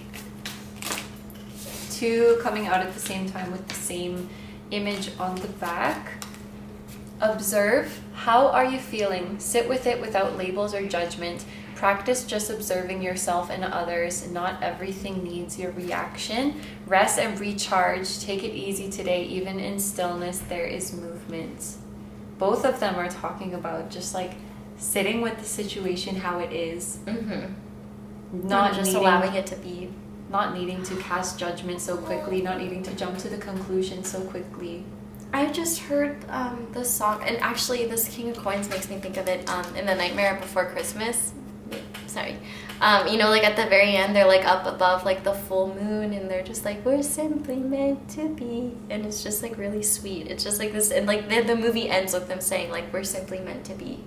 And it's like, there's just this really, really sweet moment with like Jack and Sally together, and it's really beautiful. And like, I think there might be somebody in this connection, whether it's like you or them or both of you, where it's like, how can I describe it? It's like, if something good is coming to you, or if you want something or something's making you happy, it almost feels like you have to like rationalize to yourself why you deserve it before you can allow yourself to be happy for it, if that makes sense. I don't know, like if I can just, maybe this is a weird example, but like eating a cookie, instead of just eating it, enjoying it, you have to be like, oh, well, you know, I ate very healthy in the past week, and, you know, I saved money, so I think I can buy this cookie. It's like, you have to justify why you deserve to feel good or why you deserve to feel happy. And I think both of your guides just want you to be happy and allow yourself to, and even just like feeling drawn to this person and wanting this person, you don't have to sit there and like rationalize if it's okay to feel this way or like why you might be drawn to them. Sometimes you just are, and you can just feel that and let yourself feel that, and not feel guilty about being giddy and being hopeful and having butterflies. This is really sweet. Your greatest challenges are your biggest blessings. Don't give up before the magic happens. You're leveling up. I believe that. I believe that very much so. I love how like just everyone's guides were here. We were just like no, we're a package deal. Who knows, maybe if in the other reading like you can't find anything, maybe both of your guides showed up in this reading or something like that. This is like the opposite of, you know how people object at weddings? Oh, about why they shouldn't get married. This is just rejecting why you should. This is like a bunch of spirit guides. If I may add something, I feel like there's like 20 guides coming through. Yeah, and another thing. I was about to say another thing. Also, in addition, when you're writing an essay and like furthermore, and literally, it's like don't let others tell your story. Like, write this fucking story, man. Like, you don't need anybody else to tell you what this is. Like, even your guides are like tune out all that other shit. Like, there's only two like vines here. You know what I mean? Like, there's only two like layers here. So it's like there's no third, there's no fourth. It's like two. So like it's you and this person, and like you two discern and decide what to do. I wonder if there's some like family disapproval or some shit like that in this group. And if there is, no, I'm not gonna say it. But, you'll overcome it. Yeah.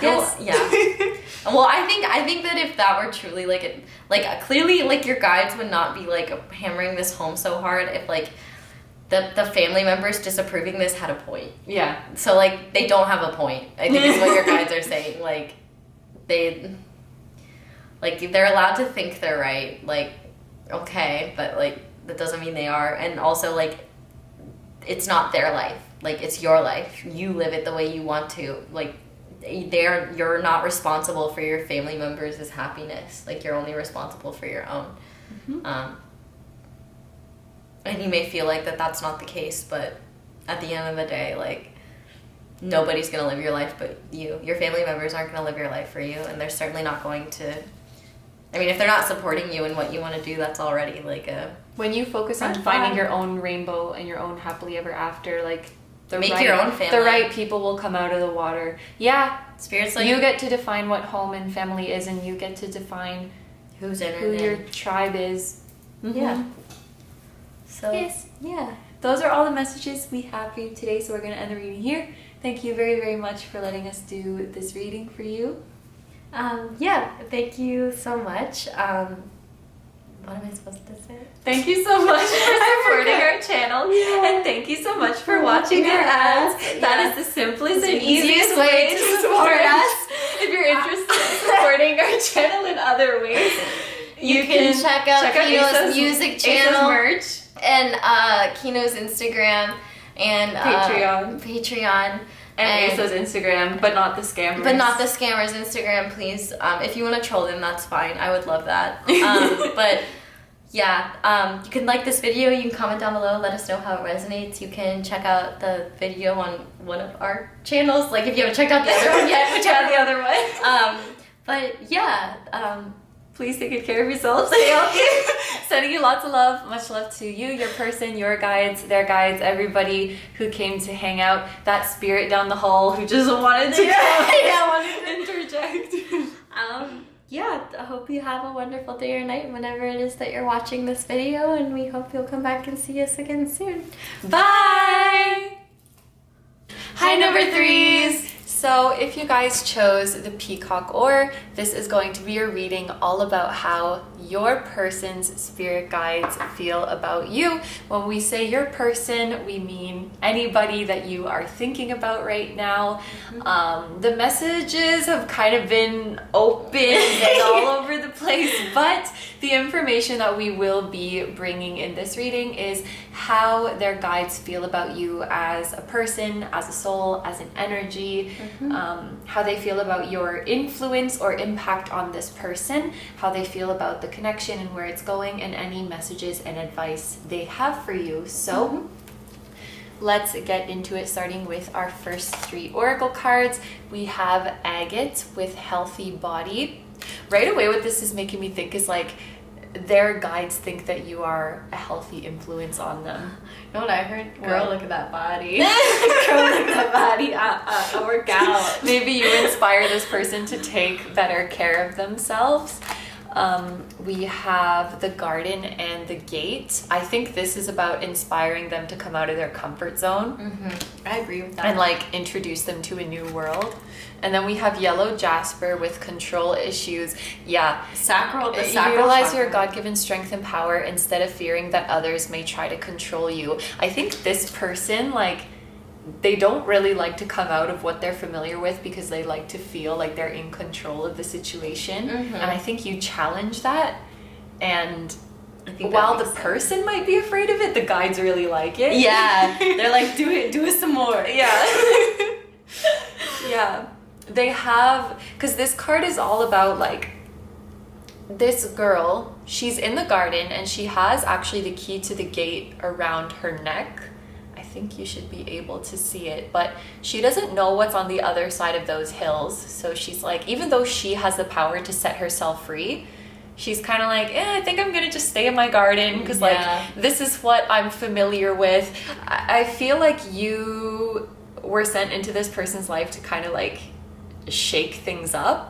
We have the number 30 here, which 3 is about like expansion, broadening your horizons. 0 makes me think of like new possibilities and a fresh start.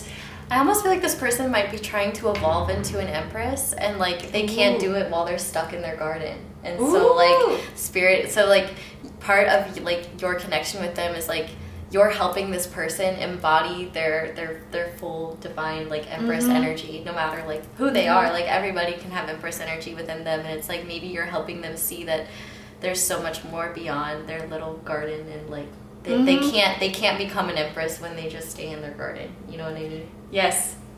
I'm thinking of like Ariel and Eric, because they both have like very different worlds. Yeah. Or like Pocahontas and the white dude. Yeah. John Smith. Yeah. The whitest name ever.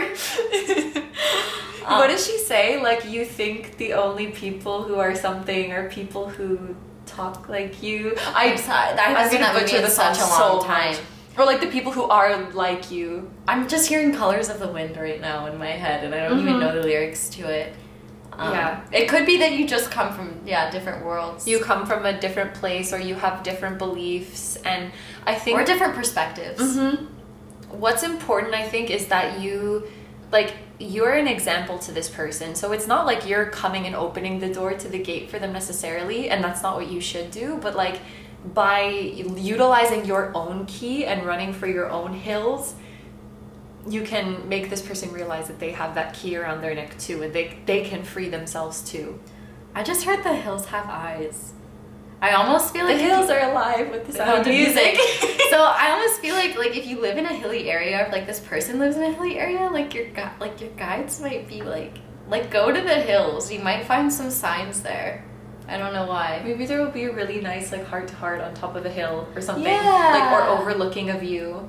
Yeah. I'm also hearing something too, like maybe someone feels like they're like over the hill. And like might feel like just like like you want to give up because you feel like you should have done things when you were younger. And I feel like Spirit might be saying like it's not too late. Like it's not too late to change your habits. It's not too late to change your life. Like you're never like you can always improve your health no matter where it's at. You can always improve. You can always be better than what you were before. You know what I mean? And it's like no matter where you start, like obviously you can't have unrealistic expectations of yourself.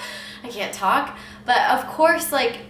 That doesn't mean that you shouldn't just give up and not try at all. Like, that just, you miss 100% of the shots you don't take. So. I think, and this may even be a mutual thing where, like, you guys came into each other's lives to stir things up a little bit and to be, like, a remedy to any stagnation that might be in your life.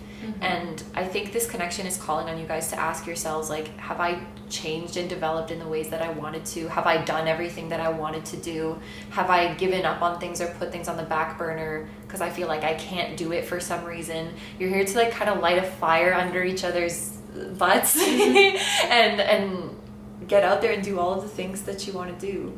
Yeah, I agree. And I feel it's more them maybe being kind of scared by your presence or Pumpkins scared by this connection. Be significant. Sorry. Where do you see pumpkin? I don't know. That looks like a pumpkin to me. It does kind of look like a pumpkin, but like pumpkins just feel like maybe fall or like autumn. Fall season, pumpkin season, pumpkin, or pumpkin's like a cute nickname. Yeah, like maybe let me see us do pumpkin. I think there's something in you that like calls this person to step up and be who they know they can be. And I think that's kind of new to them. They may have just been surrounded by like yes people, yes men, yes, or enablers or like comfortable people, but you kind of like you challenge them. Yeah. And it's scary. And so I feel like maybe how this person feels about the connection and how their guides feel about the connection is a little bit different right now. Yeah. Like if this person is pushing the connection away, their guides are like yeah, like they're like wagging their finger. It's like almost like a boomerang. Like they're trying to throw the connection away and it's just coming right back around. Like, no, this is here for lessons. Yeah, like nope, you can try to throw it away, but it's just gonna Maybe Australia is significant as well. Shout out to our Australian peeps. Our homies out in Oceania. Yeah. Okay, so next. Yes. Okay, so these cards are going to represent how you affect this person, like in general. So to start, we have bird. Oh, like freedom. The bird is the word. Oh, another 3 as well. We also have the moon. We have energized. And we have 23. Ooh. This is perfect. Yeah. You have a zest for life and you are eager to experience anything and everything possible. You love change and excitement and need both to feel truly alive. For you, life is an adventure to be lived to the fullest. I am adventurous. I think you guys are like free birds, free spirits, and adventurous at your core. And I think when you can become like a stagnant or uncurious. What's the opposite of curious?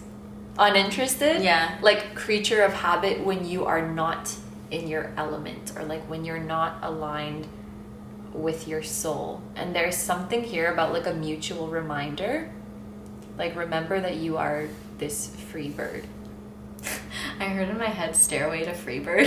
Stairway to Freebird. And that's like an inside joke joke with my friends because like Stairway to Heaven and Freebird are like really common busker songs. So like sometimes when I'm drunk, I'll be like, "Can you play Stairway to Freebird?" And it's always like they look at me weird. I thought of like I'm Like a Bird by Nelly Furtado. Oh yeah. Icon. Yeah. Yeah. Well, and I also noticed too, this 23 reduces to 5, and so it's definitely like you bring about change in this person. You make them want to adventure out beyond and like see what's like outside of their little garden. And I think with the moon as well, like I think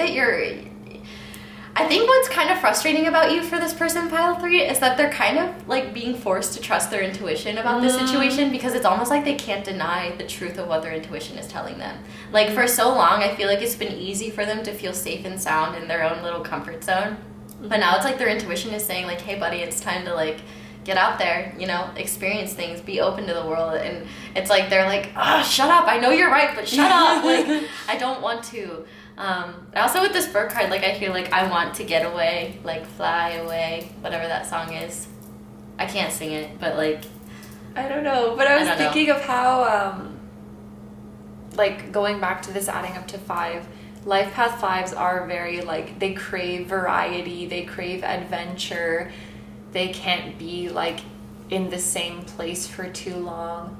And I feel like this person's soul is just like crying out like I want to do something different. And what's really interesting is like the Peacock Ore that you guys were drawn to, this is all about like cultivating confidence and cultivating creativity. And so maybe it's like a lack of confidence. Like when I'm in my garden, I can control everything that happens, but if I step into the unknown, I feel like I don't know if I have what it takes to brave that uncharted territory.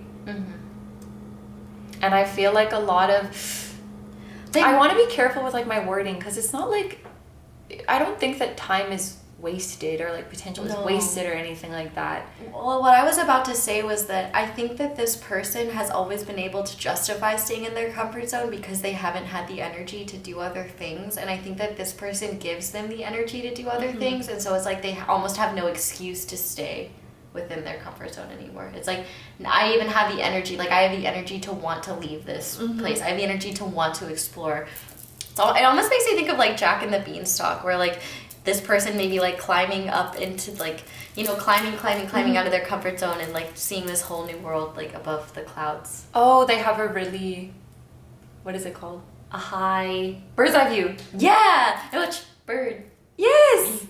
The moon is like, it's like making decisions based purely on emotion, allowing yourself to fluctuate.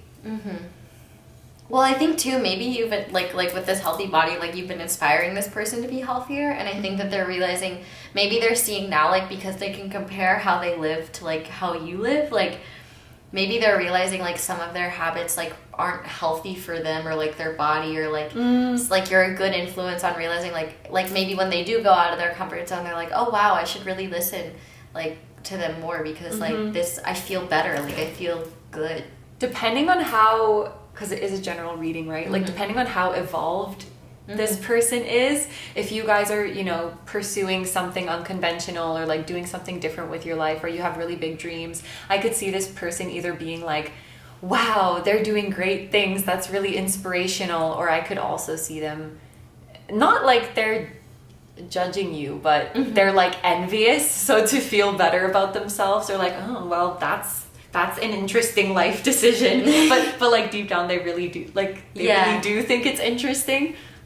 Like maybe they're like coy about how they feel, or like what they're willing, like it's almost like this person isn't willing to like give you outright answers about things because they're afraid of committing to something that will force them outside of their comfort zone, because they're like, oh well, what if I get close to it and then I get too scared and chicken out. So it's almost like kind of like, I feel like they may wait for you to like call certain shots or like offer to do certain things or something like that. So it's like once they know that maybe like you'll be with them, or like you're on like you're kind of bringing it to them, then it's like they're not extending themselves and then like committing themselves to doing something that will make them uncomfortable. You know what I mean? It's like they're open to like opportunities to go outside of their comfort zone, but it's like they're too afraid to like do it themselves. So like you're a really great like you have to like influence invite on them. Yeah, like you have to kind of like coax them out a little bit because they're like a little shy, a little like afraid of it. And I also think there might be a little like embarrassment or shame with how they feel about, like, I feel like they don't necessarily want to stay in their comfort zone, but it's like I think there's just a lot of fear around the unknown and like different things and like what may happen. And so like I think this person really appreciates like your patience with them, or like like their guides appreciate your patience with them, and like the fact that you're willing to like, you know, allow them to go at their own pace and things like that as well. Like I don't feel like you really push them too hard or anything like that. Like you just give like good encouragement. I have this example of like a parent and child. Like the parent has like grown up and found success in a very conventional way and like stayed in their town and stuff, and then they have this kid who's like a big dreamer, and as the parent, as somebody with authority, they're like, no, that's not a good idea, that's not something good to do with your, I don't know, like if the kid wants to be like a Twitch streamer, you're giving up your dream. No, Dad, I'm giving up your dream. Like these kind of new career opportunities, new life paths that weren't a thing in their time and that they don't really understand. Yeah. And just because they don't understand it, they're like, no, you're not going to be successful like that. And then you, the kid in this example, goes off and becomes successful. And so depending on how like mature the parent is, or like how much they can swallow their pride, that can be like, you know what, son, you really proved me wrong. Yeah. Like, this is a way of life. Like, can you show me this new world? Or if they're less evolved, they'll just like, maybe they'll kind of stay in there, oh, like he's gonna fail someday. Yeah, you know, they'll just be meh. But either way, you are showing them, and either way, deep down, they realize that, you know, there's more than one way to be successful. There's more than one way to live your life, and you're testing them. You're showing them like that, and whether they mention it or not. Because some of them might mention it, some of them might not. I feel like they are taking notes. Yeah. Taking notes about how you're living your life and like implementing things into their life to be more healthy. Like, I don't know, if you're like a Gen Z kid and you're like, hey grandpa, you should try going vegetarian, and he's like, no, but then he's like doing meatless Mondays on the down low. Yeah. But he'll tell you like, back in my day, you know, I used to kill cows with my bare hands. Like yeah, it's like this kind of energy. I don't know if this is like a family or a parental kind of thing. I guess it doesn't have to be. It could be anything. It could be like it could be a friend thing. A person that you have a crush on who's like, oh, you really watch that anime stuff? And anime?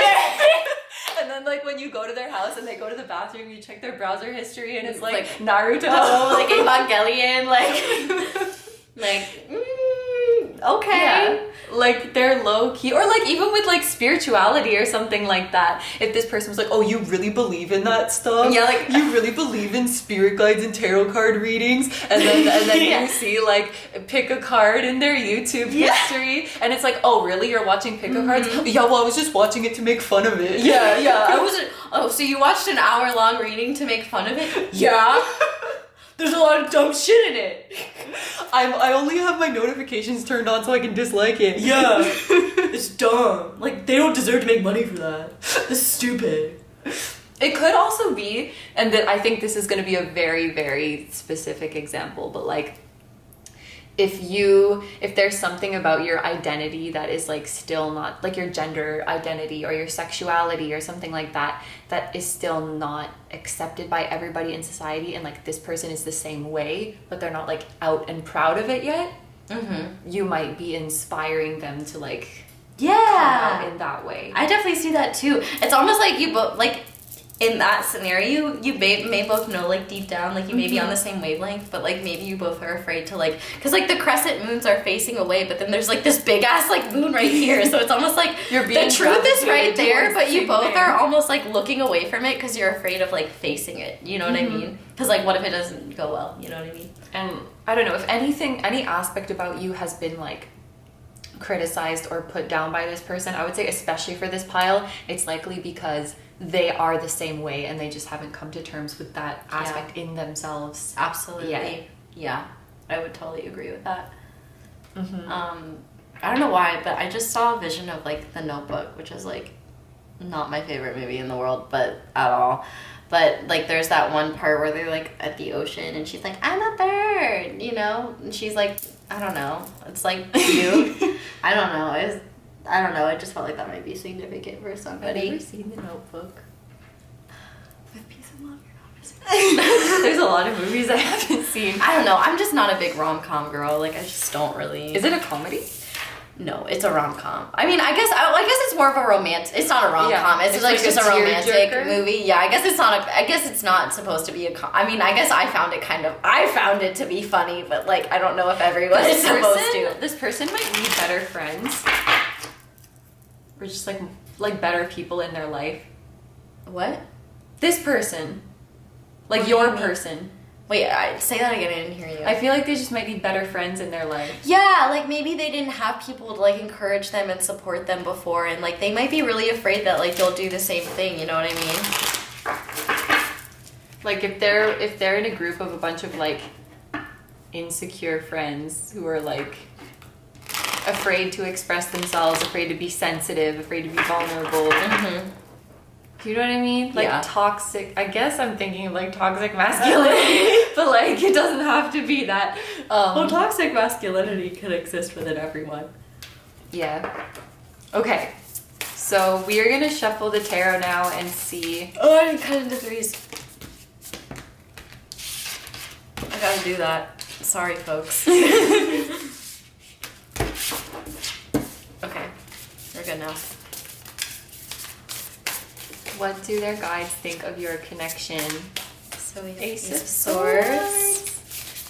Breakthrough, epiphany, new beginning. Five of Wands. Oh, the Magician and the Fool. So we were like trying to think if the Fool is Aries or Aquarius. Magician is definitely Aries. There's Five of Pentacles in reverse. Yeah, the Queen of Pentacles is on the back of the deck, but I don't know if it wants to be upright or reversed. Upright, okay. And there's Four of Coins. I feel like this is coming up a lot Oh, today. yeah, it is. The Four of Coins, Four of Pentacles. I agree. I definitely think so. I have the Ace of Swords, the Five of Wands, and the Five of Pentacles in reverse. So it definitely seems like five, and like the number of change is incredibly significant here. Five, 1, 1. 3, 3. So 1, 3, and 5 are important. There's two moons. It's interesting to me, like these came out kind of like backwards, right? Because if you start from the beginning of the tarot, it's like it's the Fool and then the Magician. You take the leap of faith and then you gain your skills, then you learn what you need to know, then you acquire the things you need to acquire. And I think this person may have it backwards in some way, where they're like, I want to know everything about what's on the other side of the hills. I want to have all the tools I need to conquer what's on the other side of the hills before I get out there. And I think, you know, taking a leap of faith and embracing who you truly are, it's very much like a messy process, and you figure it out as you go along. You become the Magician because you've been the Fool first. Yeah. Because you were that stumbling baby first, and then you learned how to talk, and then you learned how to eat, and then you learned how to dress yourself and like ask for what you want. You didn't come out of the womb like, I'm gonna manifest my dream life, Mom. And you learn all of these things through making mistakes. And I wonder, like, when you constantly keep yourself in a learning mindset and in a beginner mindset, I feel like you're not afraid to make mistakes. You see it as a normal part of the journey. You embrace it as a part of learning.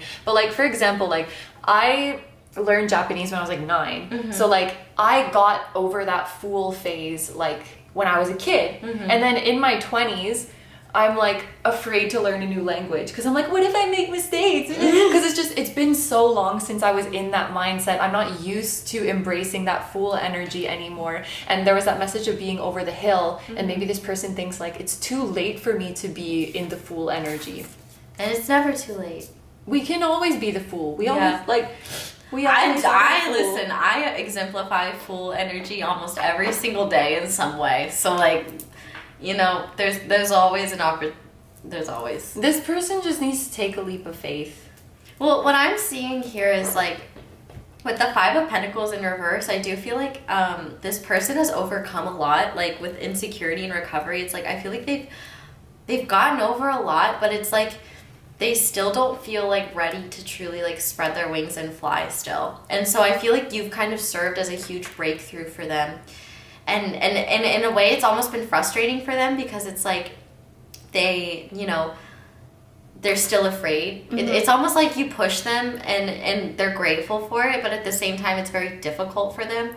And so like I feel like maybe at times if they like combat you or they're like, you know, maybe like being difficult, I think this is Spirit's way of saying like maybe they're just afraid or maybe they're just like pushing something away because it's like too far out of their comfort zone. But I feel like the more support that you give them, like the easier it will be to like continue with these changes, because they're not, it doesn't seem like they're in a really like bad like place. It just seems like they're afraid of going back there, and like they're afraid of going out into the unknown because they're afraid that any unknown could lead them back to a very bad place, I think. And so with this breakthrough like mental focus here, I feel like you're bringing truth to them, like truth that maybe they have been holding themselves back, and truth that maybe the world isn't as scary as they perceive it to be, and that maybe it's their own perception of the world that is kind of holding them back. But with the Queen of Pentacles here, with like practicality and generosity, like I feel like this person's guides are really commending you on how much you help them and how giving and kind and caring you are to them. And also like you help bring this person down to earth a little bit. Like maybe sometimes they're kind of out, like their fears like run away so far that like the fears that they have aren't even practical. And so you can be like, wait a minute, like you're afraid of this because of that, like that's not even realistic. Like so you kind of come in and be like, listen, like let's talk through this, like why do you feel this way? And then this person like talks through it and they're like, oh, I guess that's not really very realistic. And like you kind of help them break through those, you like cut the sword through like all their mental BS that justifies why they should stay in their comfort zone. I think in some way you're teaching this person about divine support. It's interesting because like there's two ways that I would interpret the Four of Coins usually. There's like the actual way, which is like you're being stubborn, you're being stagnant, you're holding on to something too tightly, which I can definitely see in their energy. But this is also a card that makes me think of like angelic and divine support. And I think that in some way or another, you are teaching this person that divine support is out there for them, whether that is like you are the divine support or you help them to have faith that the universe has their back again. I got chills when you said that. Ooh!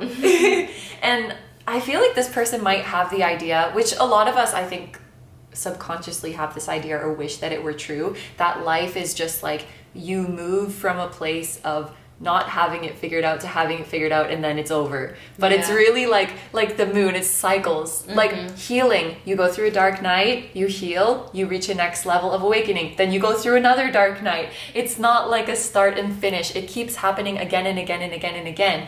And so yes, this person has been in a bad place and gotten to a better place, and it's gonna happen again. They're gonna face another challenge and then overcome it, and face another challenge and overcome it. And they gotta get into the swing of things. Yeah. What is it? Don't let the fear of striking out keep you from playing the game. Yeah. More baseball energy. Yeah, there's been a lot of like sports energy references coming up today. Yeah. And you miss 100% of the shots you don't take by Wayne Gretzky, by Michael Scott. Yes. By Aso and Kino Taro. Yeah, exactly. Aww. Okay, so advice? Yes. Whoa, this deck looks really pretty, like in this lighting. It does look really pretty. These cards can look so different because there's so many different colors in it, like depending on how the light hits it. I love that deck too. It's the Threads of Fate deck, if anyone was wondering. I really love this one too. Yeah, it's the Accurate AF tarot deck. Yeah, both of these decks are just beautiful queens. They go well together, I think. Yeah, I agree. They have very good, like, I just like symbiosis. I don't even care if, like, it's like when organisms in the ecosystem, yeah, like they mutually benefit each other, right? Symbiosis. Yeah. I don't know. I think so. That sounds right. Yeah, like barnacles. Oh, like those little fish that live on like bigger like whales and shit, and they like eat all the barnacles and stuff off, and like the whales like help give them give them food, and like they get the barnacles off the whales. Barnacles. Yeah, I thought it was the barnacles that eat stuff off the whales, but that's, or is it? I don't know. I honestly don't know. It's like people and dogs. Yeah. Or people and cats, actually. Yeah, like Cats people and domesticated animals in themselves so that they could eat the mice in our crops. I love cats. I love cats too. I miss Tina. I hope she's doing well. So, the first card of advice we have is dedication, patience, and loyalty. So maybe... Is that Hufflepuff? Yeah, Aww. so maybe you're a Hufflepuff, or like this person is a Hufflepuff, or you both are, but I think like this person's guides are really commending you for being loyal and patient to this person, and like being dedicated to actually helping them go out of their comfort zone, because I think at times like maybe... Like you were saying before, how this person might have difficult people around them. Like, maybe they haven't experienced people. And, like, look how similar it is to, like, all of this energy. Maybe they haven't had people, like, in their life before that are, like, loyal and patient enough with them to, like, actually help them see through the things that make them afraid. Like, maybe other people would make fun of them for their fears, or make fun of them for... Or for making a mistake. Yeah, and you're patient and kind to them, and I feel like that really helps them feel safe to leave this garden of theirs, because you're saying, hey, it's okay if you're, like, inside or outside the gate, like, I'll be patient with you, and, like, I care about you as a person, not as, like, what you do for me, or, like, what we do together. Like, they just want to make sure you're happy. And we also have you win. And so I do think as well... And it's a Hufflepuff who wins the... Because Cedric's a Hufflepuff, right? Isn't he? He does not win the Triwizard. Well, he kind of does. Oh, no. I mean, like, they got there at the same time. They do, but, like, he kind of loses after that, so... I wouldn't say that, but, like...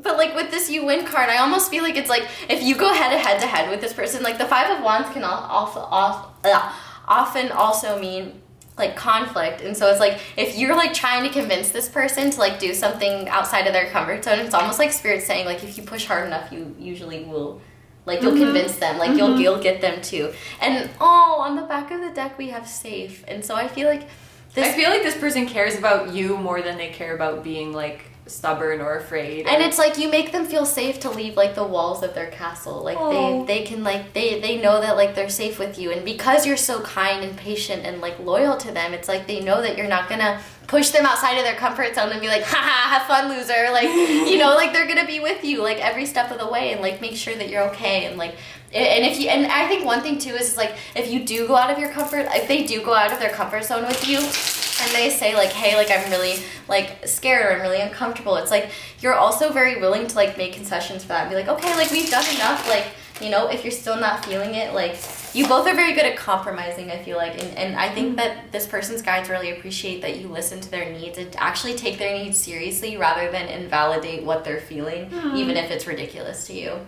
Which might seem very natural to you, but it's not what this person is used to. Yeah, I think that's very important to know. Like a lot of people have been really mean to this person about their what makes them different, or about things that they struggle with.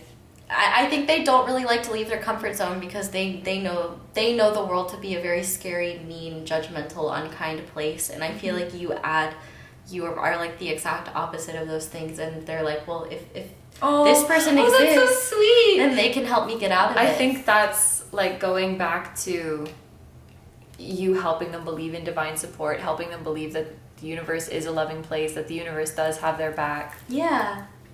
Oh, that's so sweet. Yeah, I love that. Oh, look what's at the bottom. Everything is always working out for me. I love that affirmation. I want to take this too from the bottom. Believe in yourself. Believe in your dreams. What you believe is what you will create. You can do anything. And I'm just going to take this one too because it's really sweet. Beautiful soul, you glow when you are comfortable in your skin. Your beauty goes beyond what you can see in a mirror. You are perfect as you are. This is so sweet. Yeah. I think that this person's guides really love you. Yeah, they do. And they're very grateful for you. And also, like, I'm thinking of it as, like, when you have, like, a friendly, like, aunt or uncle or grandparents who, like, give you money. Yeah. Like, if you need anything from us, like... let us know. Just let us know. Or you need help manifesting something, you want some money, just let us know. Yeah, you definitely, like, your guides are like, their guides are like, we owe you one. So, like, let us know. We'll help you with something. Aw. Yeah. And even like on a bigger scale, any dream that you guys are chasing, anything that you're hoping to achieve, their guides are with you 100%. It's like they will pull strings for you so that you can experience, you can achieve anything it is that your heart desires. I'm getting like godparent vibes from like your guides and their guides. Like you take care of each other. Yeah. Oh, it's so sweet. Yeah. Okay. Is it everything? I think so. Yes. These are all the messages we see for you guys, so we're going to end the reading here. Thank you very, very much for letting us do this reading for you. Thank you for supporting our channels, and thank you for so watching our ads. It is the simplest and easiest way to support us. Yes. Yes, us. You think after like however many times I know there's a list of things I'm supposed to say, but they're never gonna come out in the exact same order. It's just if I hit them, I hit them. Like if I forget them, I forget them. Hopefully, But thank you so much to everyone who supports our channels. If you want to support us in any way at all, you can like this video, you can comment down below, let us know how it resonates. You can subscribe to Kino's channel and my channel and click that little bell notification to be notified whenever we upload a new video. You can check out Kino's music channel, you can check out her Patreon, and I already said your music channel, your Instagram. And you can check out my merch, my social medias, except for my scammers, unless you want to troll them, and any other reading of mine with an extended. Yeah. And I think that's it. So yes. Thank you to you, your person, your guides, their guides, for being here today. Please take good care of yourself. Stay healthy. Sending you lots of love, and we will see you in the next one. Bye. Hi, number 4. So, if you guys chose the Serpentine, this is going to be a reading all about how your person's spirit guides think about you. When we say a person, we just mean whoever you happen to be thinking of. It is currently 1:22 in the morning, so if we're like a little loopy, I was gonna say loopy too. Did we start at like 5? 6? Well, like we started preparing at 5 something, but I think we started filming at 6. Yeah. So we've been at it for like 7 or 8 hours. This is my normal day, but This I think is this pile- is new for you. Have you ever filmed 8 piles in a day? Oh, I haven't filmed 8, but I have filmed I filmed 10 piles in a day. Oh, right, the spiritual team one. Yeah, that one was hats off to you. Okay, well, this is my first time doing this, so if you chose this is pile 8 of 8 that we're filming today, and you're very brave. If you're about to embark on this journey with us. We appreciate you, soldier. So what we will be covering in this reading is how your person, I already explained it. The person you're thinking about, spirit guides think of you as a person, as a soul, as an energy, how they think about the impact and the influence that you've had on your person, how they think about your connection and where it's going, and any messages and advice they have for you. So without further ado, let's look at the first oracle card. So we are starting off with red jasper with the message healthy boundaries. We have the magician and the mirror. And garnet, purification and detoxification. It's time to release physical and energetic toxins from your life. That's interesting. There's a bit of similarity between establishing healthy boundaries and also releasing toxins from your life. And then the magician and the mirror is a really interesting one to me too. I just heard as above, so below. It's almost like actually no, you go first. I was just gonna say, I guess as above so below is quite a good way to put it. There is an aspect of mirroring for me with the magician having the orange flame and the blue flame, whether you think of it as twin flames or not, it doesn't really matter, but there is some sort of counterparts mirroring each other kind of energy going on. And honestly, this might kind of be a challenging connection. Yeah. It's almost like maybe if this is a separation type situation or something where it's kind of been on and off, it's almost like this person's guides are saying they may be setting healthy boundaries for you both so that you can kind of purify and detoxify your own energies before you come together again to interact with one another. It's like they want you to, until you both can set healthy boundaries on your own, they will enforce those boundaries for you to protect this connection. Yes. The example that I'm thinking of for like establishing healthy boundaries is like, if there is somebody in the connection that has a lot of work to do on themselves, when you have healthy boundaries, even if you love and care for that person, you're not going to step in and do the work for them or like pull them out of the hole that they dug for themselves. And that may feel kind of like counterintuitive, because you're like, if I love this person, surely I'm gonna like pick them up out of this hole. But when you truly love someone, you have to allow them to learn to be responsible for themselves and learn how to empower themselves and use their own skills and their own responsibility to heal and to get them out of their toxic situations. So I think this is very much like you take care of you right now and they take care of them right now. And this message was really reminding me of, I think we spoke about it in the previous pile that we filmed, where it's like things that might upset you or trigger you in the other person are also within yourself. Yeah. So it's almost like if you're upset at this person for any reason, or you feel like this person has something that they need to work on, I feel like their guides might be saying, what you see in them, you also have. Like, this person is a mirror to you, and so the semantics of what your situation may be is different, or how certain energies may manifest is different, but like the core ideas or the key things that you need to like transmute or heal are the same. It's just they may be like the opposite, or they may be like something like that, you know what I mean? Like maybe you both have energy that you need to heal, but for one of you it's more so about your voice, and for the other it's more so about like creative expression, for example. Like, oh, because of blue and orange. Yeah, like that's just what I was thinking. But like with the healthy boundaries thing, I think when it comes to this connection in the physical, it may be very intense, and so it may be hard for you both to kind of like fully like give yourself that space, or like give each other that space. And so it's almost like your guides may be like doing that for you, like almost like splitting you up. And so it's like, listen fellas, like you need to like a referee. Like literally like a referee, like holding you two like apart until you can come together. And like you don't need a referee, like you don't need like instead of like triggering one another, it's like you see one another for who you are, and observe, allow for whatever to come through without you like reacting to it in a very like particular way, you know what I mean? I feel like there could be, this feels like a connection where like if you guys were together, like the highs can be quite high and the lows can be quite low.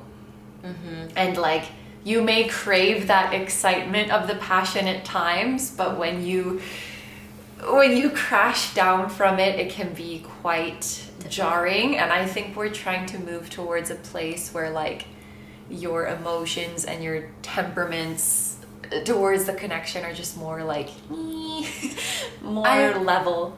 I also think this like speaks to also like not just with like your person, but like healthy boundaries with like toxins, like things that like in your physical world that like maybe lower your vibration, like like stuff like that, where maybe you're learning to set healthy boundaries like with yourself. Like, for example, if you catch yourself like staying up too late, like on your phone or something like that, like maybe one lesson that this person's guides are trying to communicate to you right now, like maybe what your goals are, like if you, for example, if you are in separation, or you do just want to meet this person halfway and be more even keel, and it's almost like they're giving you suggestions. Like, first of all, red jasper and garnet could be like significant stones they might want you to look into, but also with like it's time to release the physical and energetic toxins within your life. It's almost like their guides are asking you to look within your physical world and see like what you need to set boundaries with, and what you could purify and detoxify within your own just physical space, because I think that could also create space for a more healthy and authentic version of this connection to show up and come through. I'm going to tell a story about myself. So if you feel like it resonates with you, or it resonates with your person, you can, take it, or you can just ignore it if it's not about you. But I think this is like 2019 or something, like a couple of years ago. I really did not take good care of myself. Like my diet was like coffee, wine, and chocolate cake. Sounds like me. Yeah, like I would eat, you know, choco pies. I think maybe they're I'm a little bit Korean, better than but they're that. like in Japan too. But they're like in Canada, like Joe Louis would be similar. And I think they have a different name in America. Anyway, it's like fucking chocolate cake with like whipped cream in it.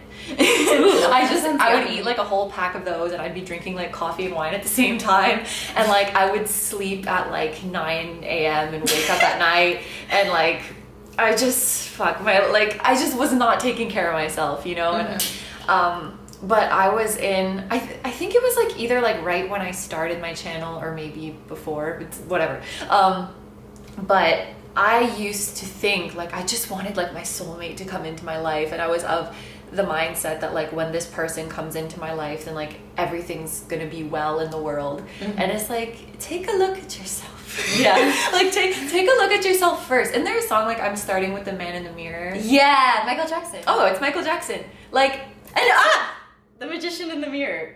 what? You said I'm starting with the man. Yeah, in the that's why I mirror. said that. Oh, I wasn't paying attention to that. I do that where I'll channel something and it's like totally on the table and I forget that it's there, and then I'm like, oh yeah, that. I think it's a lot easier to look outward and say like, I just need this thing from the outside to come into my life, and then things will get better. But in reality, there's probably a lot of stuff, well, for me there was, that I can like just look at myself and look at how I'm living my life. There's always room for improvement, and like he who is without sin shall cast the first stone. So it's almost like their guides are saying like, I saw a tweet once and it was like, he who has not been kicked out of his local mall cast the first stone. well then I guess I can cast a stone.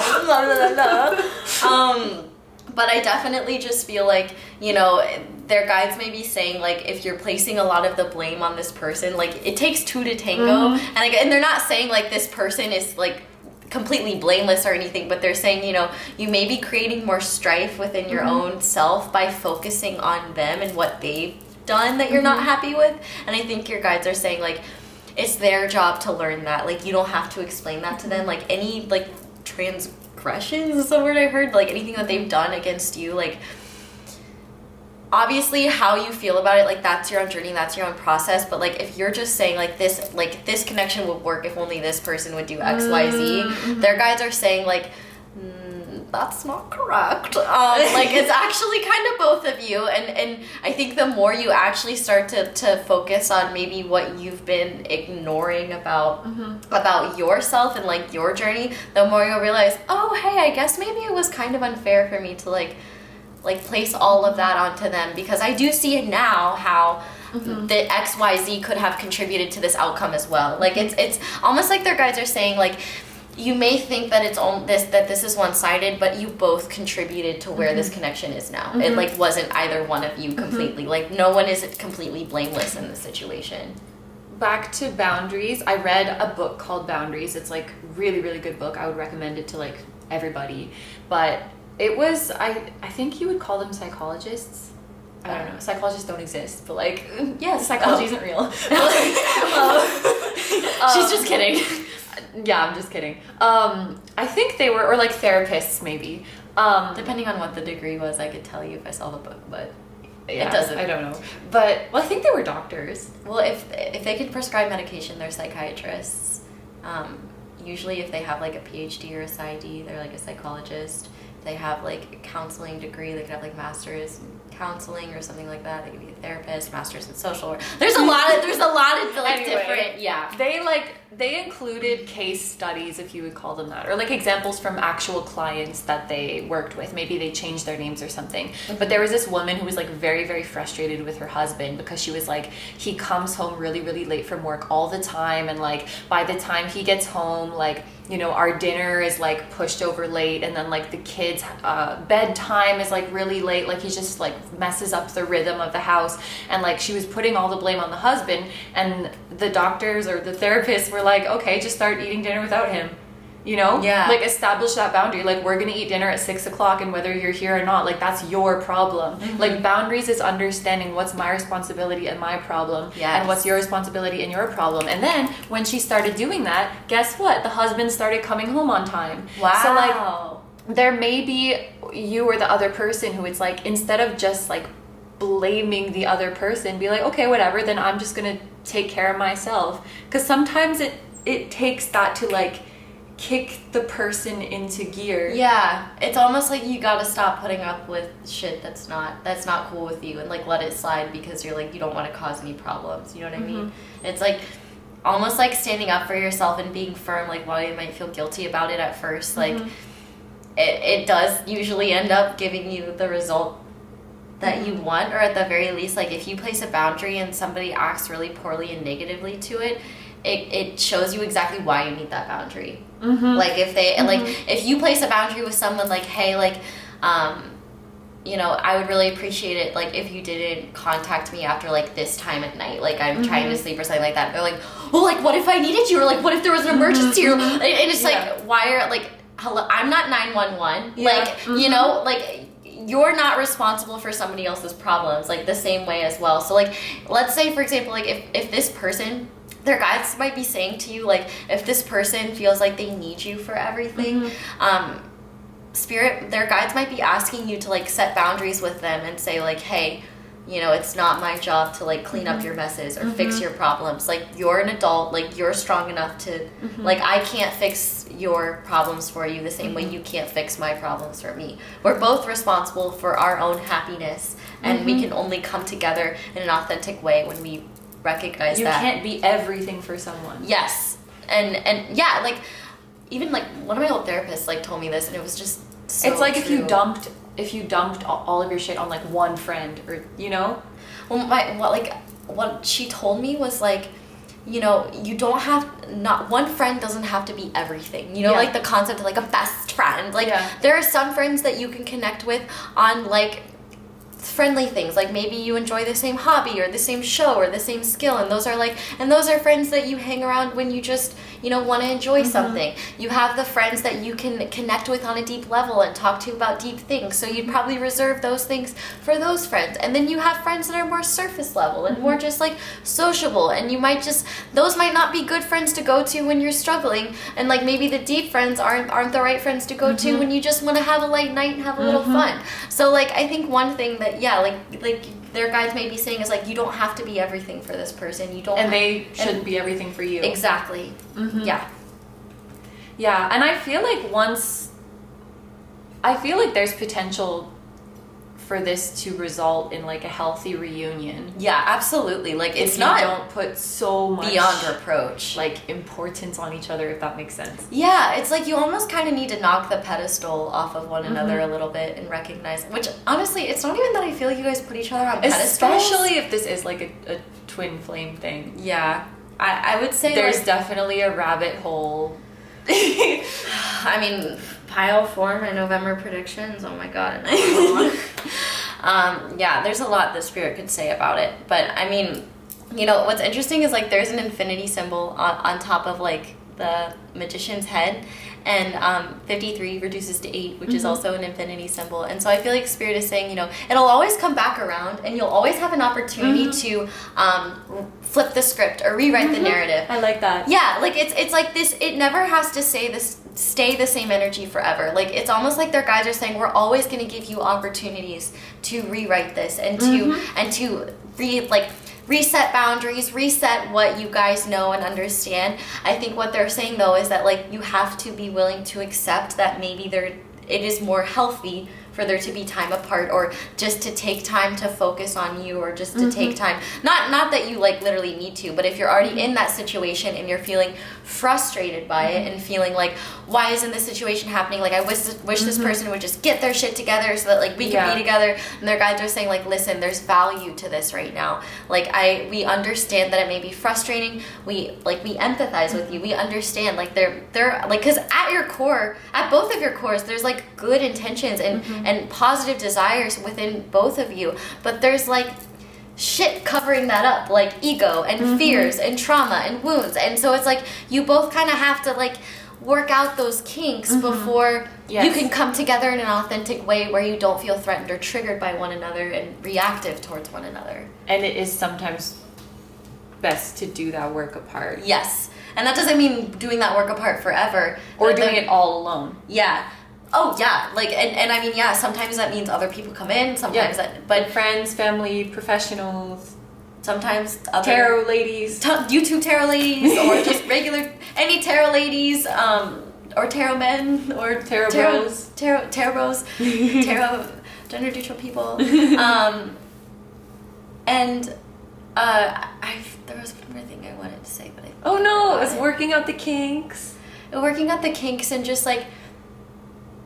Yeah, it's like you don't have to fully like have everything figured out, but I think it's just that like what you and your person haven't really found yet is like the common link that binds you together that's so strong that it will like keep you both willing to rise above any triggers or difficult feelings you have. So like right now it's like one's blue and one's orange. It's like once you both balance and find that common like color or like link where it's like, okay, we have this and this is like our glue. And that like you haven't found your glue yet, I think. Yeah, I don't know. I'm just hearing that's so that. interesting. But it's like it's almost like what you're learning right now in this separation, it's like you both are finding the glue, and it's going to be something that you both have in common that's either like a value or something like that that's incredibly important to you, like a value and experience. When you realize you're fighting for the same thing. Yes, exactly. That's exactly what I was trying to say. Yeah.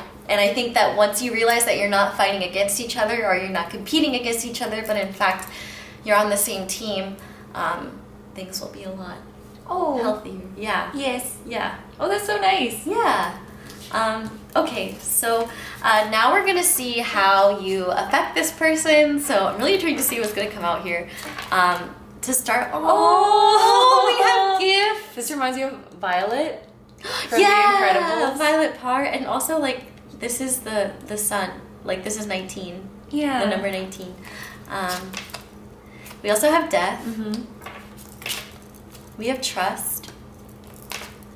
And we have 666. This is a wake-up call for you to re-examine your current situation and change the direction of your thoughts so you can raise your vibration to a more positive frequency. I am centered. Actually, okay, something funny I want to talk about with this 666. So like when I was in second grade, we were learning about 3-digit numbers, and like 6 was my favorite number, and my teacher like asked everyone in the classroom to like come up with a 3-digit number, and so I just wrote 666, and then my friend was like, Madison, what are you doing? That's the devil's number. And I was like, but I like this number. Like, why does it have to be the devil's number? And like, I just want to say on the record that this is not the devil's number. Right. Okay, this is just another angel number. And also, I think I've been learning a lot about learning how to like center my heart, which is interesting because there is a heart in here and it is in the center of this figure. And like when your heart, like sometimes it's hard to feel your like heart, like it's hard to get your heart space centered.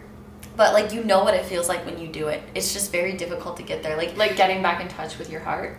Yeah, like sometimes like I have trouble connecting with my guides because like it's hard, like my heart isn't centered, so it's hard for me to receive their love, to be able to trust and know it's them.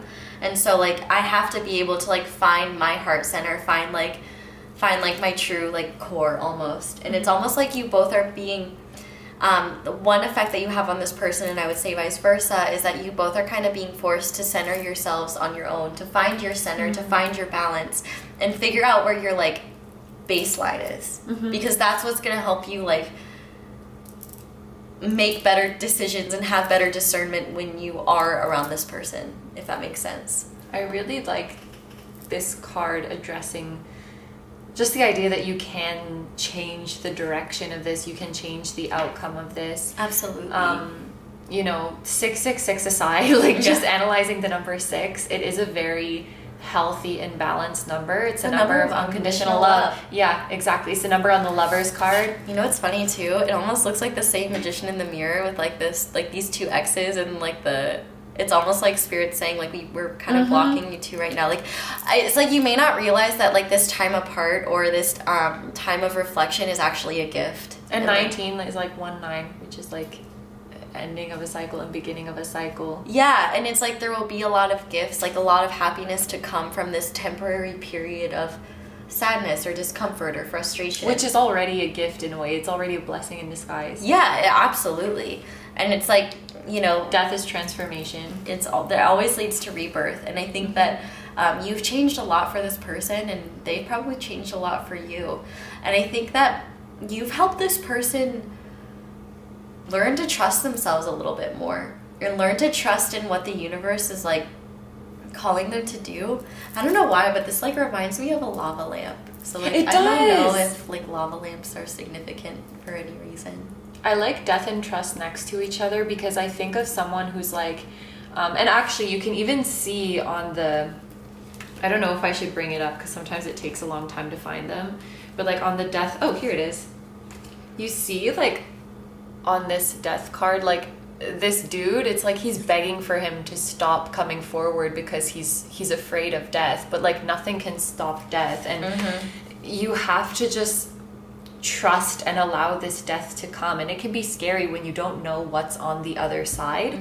Like, what if I die and there's nothing? What if I die and there's like the freaking devil or whatever it is? And their guides are saying like, you have to trust that this death is going to bring something good. You have to let go of this cycle. And maybe there's a bit of like, if you guys are together, like you, or if you're involved in some kind of way, like maybe you feel really deep down like we need time apart to work on ourselves. Like we need this death to come or this separation to come, but there's that fear of like, if I let go, what if that's it? Like kind of similar to the fear of like, what if when I die, that's it? Or Yeah. like nothing happens and it's just over. And they want you to trust that there is like an afterlife, so to speak, or there is a rebirth within this connection, but it can only come if you embrace the death. Well, and also what I was thinking too, you know, part of death is also like decay and degeneration, and it's almost like by like the death of like the way this connection has been, it's almost like stripping you both and stripping this connection down to like the bare bones, like the stuff that really matters, like the stuff that holds form and function. It's like the skeleton of the connection almost, the stuff that creates its form, and it's like almost like you both need to. The skeleton's kind of like the glue. Yeah, and it's almost like you guys are. You need to see that first before you can build on top of it. You know, put all the meat and the shit on top of it, okay? to rebirth, to birth something new. That's just all part of the process. And I feel like too, it's almost like one thing I really want to assure you is that like if you feel like this person has like forgotten you or like doesn't care about you, like that's not the case at all. Like I feel like you both are kind of on your own like isolated little islands, and it's like you both are still like you feel your energy around one another, and it's almost like kind of almost in a lava lamp, you know how like the globs of goop kind of like morph and form and stuff. It's almost like they're splitting you apart to morph you back together when you're like ready. I love that. Thank you. The first thing that even came to me with gift though is that this person thinks of you as a precious gift. And like, yeah. Even if you guys are separated now, and if there's like for example, let's say you were like in a really happy relationship with this person and then you had a very ugly fight and there's a separation, if you're like worried that this person looks back on your time together as the ugly fight, they don't. They look back on the happy memories and they miss the happy memories. And there may be something literal with a gift, like if you gave this person a gift and you're thinking like, oh, they probably threw it out or something, or if you wrote them a letter or a card or something, I feel like they still keep it and treasure it and like look at it. I heard something dirty, but I don't know if I should say Well, say it. At first I heard what that mouth do, and then I heard so no head, and then there was a deck it was this deck, it has like the mouth with the two people in it. I thought of what that mouth do, but I didn't say you it. should have said it. I'd feel less You guilty. make them horny. Yeah. That was cheap. I'm sorry. I don't know. I'll see myself appreciate out. it. I still appreciate it. Cause I do think like, I think that you're also just like gifted, and maybe you've illuminated gifts that they have within themselves too. Oh, there's that kind of gift too. Like This card is maybe the you gift both that keeps have. on giving. Yeah, like maybe you both. Yeah. Maybe you both have like just spiritual gifts that you're discovering or like awakening to within this connection. 6 times 3 is 18, and 18 reduces to 9 in numerology. So, well, actually, I don't know what 6 would reduce to in numerology. I'm bad at math. If any of you guys have been like in separation for a long time, I wonder if that's an indication of, because 9 is like near completion. Because that's what I'm feeling. Like, for some of you, I feel like maybe it's been so long that you're like, I don't even know how this would like come back together. And maybe Spirit's saying like, you're closer than you realize. Like, get yourself centered. Like, this is your wake up call to recenter yourself so that you can release this pain, so that you can be open to something new. And I also was going to mention, I remembered something I was going to mention when you were saying, you know, like this person probably remembers like only the good times. That could be a confirmation for you that you both are mirroring each other if that's how you see the situation as well. I think with getting centered in your heart, I think there's also something about like, take a minute actually to like sit with yourself and think about how freaking far you've come. Yeah. In terms of like your growth, because you might feel like the situation is stagnant and like you're not going anywhere, but you've made a ton of progress. So ran out of space. We ran out of space on the card, so we just changed the card, but I think we went for 30 minutes without realizing it, so we're like, maybe it's time to get into the tarot now and see what you need to know. Yeah, what their guides want you to know about this connection.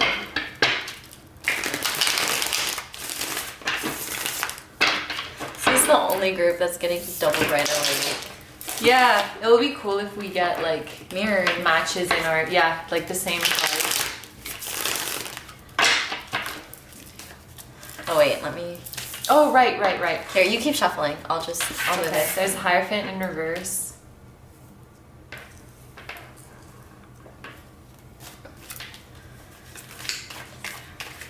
Woo, okay, sure. There's Death. Death, which is the same. 5 of Pentacles. Knight of Pentacles. I think I'm not going to take the bottom of the deck because there's already 5. Star in reverse. 3 of Swords in reverse and 5 of Wands. I'm getting 4, so I'm going to take the back of the deck. We have Temperance upright. Okay, wait. I'm going to put Temperance upright here. The Emperor in reverse. And the back of the deck energy is the Queen of Cups in reverse. Okay, I guess we're getting a brain puzzle tonight. Okay, so for zodiac signs, because that's the easiest thing. Yeah. Sagittarius, Aries, Aquarius, Taurus, Scorpio. And the earth signs. Virgo, Capricorn. Earth and water signs. And there's a lot going on. There is definitely a lot going on. You want to start, buddy? Yeah. I was gonna talk about the 3 of Swords in reverse and the 5 of Wands. It's giving me this feeling of like, I don't know how I can describe it, but it's like when you're putting off something or avoiding something because you think it's gonna be painful, but what you don't realize is that avoiding it is actually prolonging the pain, if that makes sense. And I'm trying to think of like a concrete example of that, but I can't think of anything right now.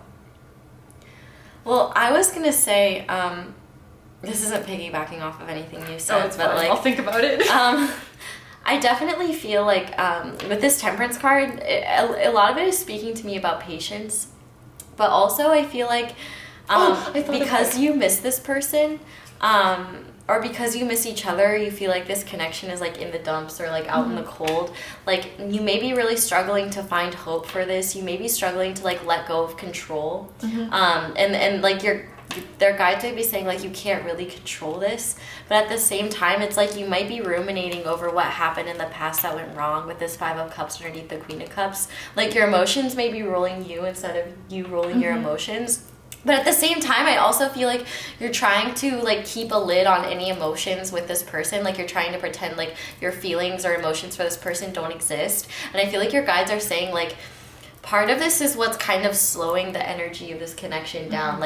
Like the feeling of like not having hope, like refusing to let go of control, feeling like you can't feel what's in your heart space for this person. Like you're allowed to feel, like you're allowed to miss this person. That's not codependency. Like you're allowed to feel good things about this person. Like that doesn't negate any issues that there were in the past. Like you're allowed to let go of control of this situation and trust the universe. Like, and you're allowed to have hope that things will improve and like just be patient and see what happens over time.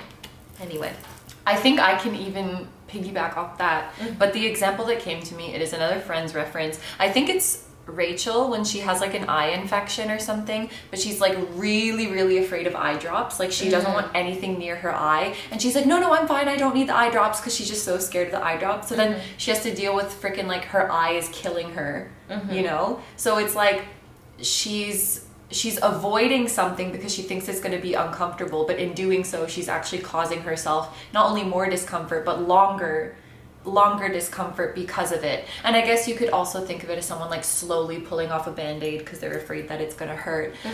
But I thought of the Three of Swords as like, you know, this is probably the pain of like missing this person and wanting things to move in a better direction, and you're avoiding those feelings because you think that it's uncomfortable, but these feelings can actually guide you to what needs to heal, can actually guide you to what needs to change so that you can come out on the other side happier. And avoiding it in the long term is going to cause you more pain because they're like festering. And I also feel like too, like I feel like their guys may be saying that you and this person are also focusing on like what's lacking in this connection or like what you don't have, when I feel like you could kind of look up and realize that like there's already so much you do have. And obviously that's kind of an annoying message to hear sometimes, but like it's almost like when you're really focused on what went wrong in this connection or what didn't go right or like what could be better or what isn't happening or like what you don't have, it's like you're focused on lack, so it's harder for you to be patient, to be hopeful, because it's like you're kind of spiraling yourself into like negative thoughts and emotions about this connection. And you may actually, even with this like Five of Wands, like feel conflicted, like yes, I should have hope in this, or no, I shouldn't, like that's not good, or like yes, no, yeah, like it's like you can't choose. And what's interesting too is like with this Death card and with the White Horse and the Death card and the Black Horse and the Knight of Pentacles, it almost makes me feel like the Chariot. And so I almost feel like you both can help move this connection forward by embracing change and slowly but surely creating like incremental progress. Like your guides are saying like this is not going to happen like in a snap. Like big changes like this need time to evolve, but if you just, you know, you put in your little bit every single day and you keep working and you keep making room for change and allowing yourself to change freely and not putting pressure on this connection to evolve in a certain time or putting pressure on you or this person to be ready at a certain time, it's like this connection, it's almost like a carriage that will slowly but surely balance out and move forward. And it's like you'll get there together by, I know, I understand what you mean. Yeah. Oh, that's so nice. I really feel like maybe both of you, have you ever seen that video where people try to put babies on grass and they like lift their legs up like they don't want to touch the grass? No. I'll have to show you them. It's really cute, but like for some reason, like if you just like try to set a baby on grass, they'll like lift their legs up like they don't want to touch the grass. And it's almost like you're the baby and like the person holding you is spirit and like the grass is your emotions or like touching the situation. And I feel like spirit is trying to get you both to like sit in those feelings or sit in like that, and you're both are like avoiding it at all costs. They're like just feel it, and they're like no, they're like feel it, no, and so it's like it's almost like their guides may be saying like, I almost feel like this is both of your guides saying like you're fighting the feelings that we're giving you to confirm your intuition with the feelings that your rational like logical brain is telling you, and that's creating some of the chaos that we have here.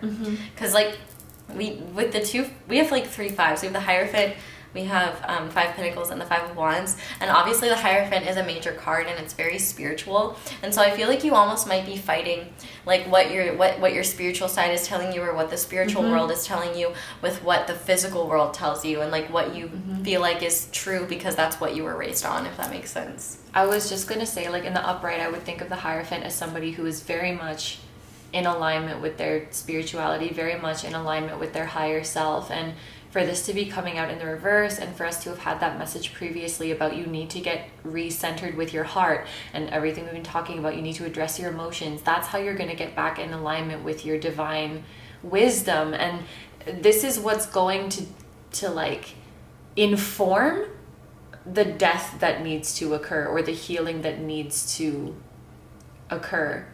Like letting those emotions guide you through the process. Maybe you have to revisit some very painful moments of this past relationship and realize like what went wrong there, what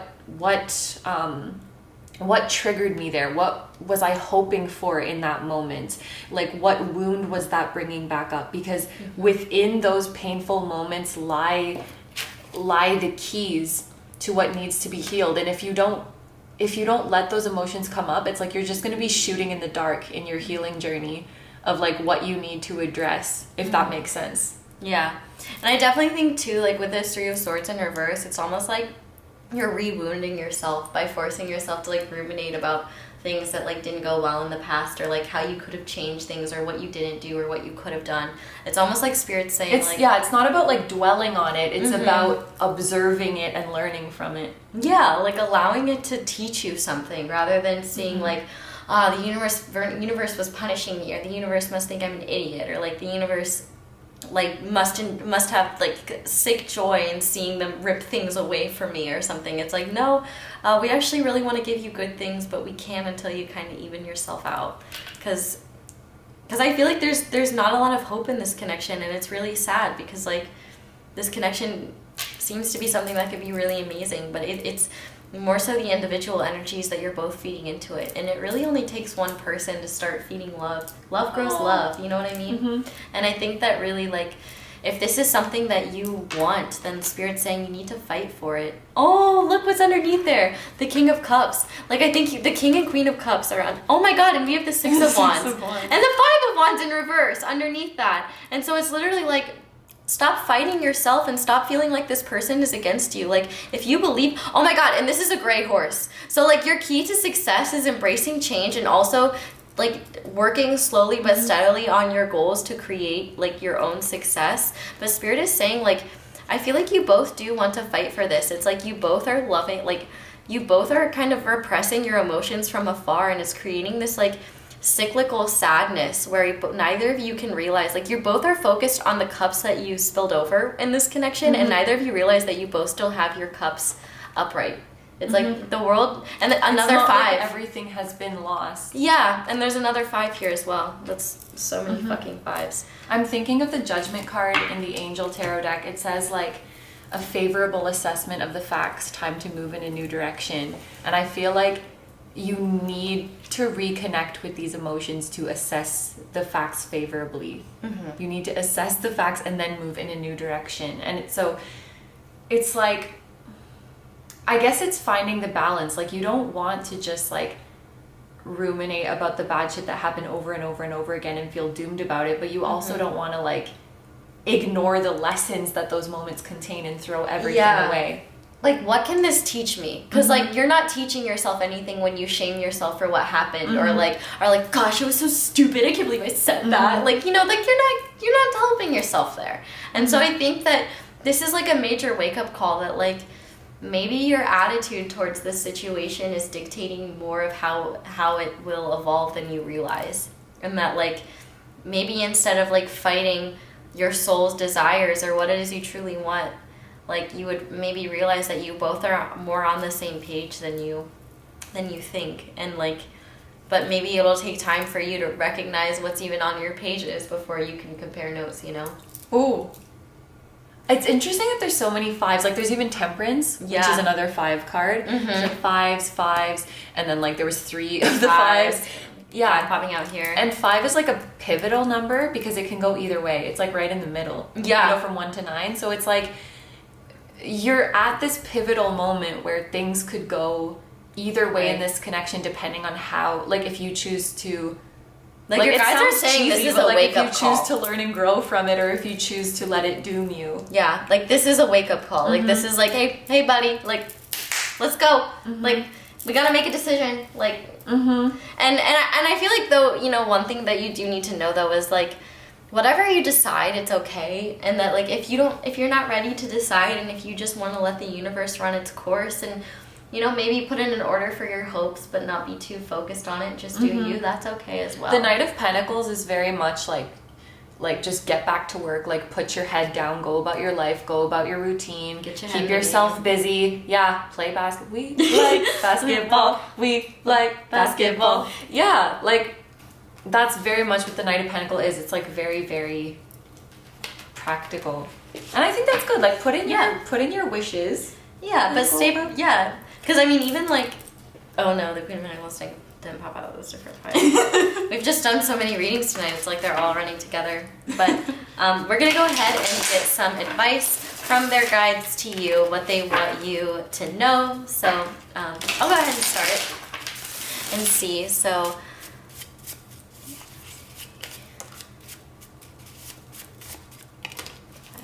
Okay.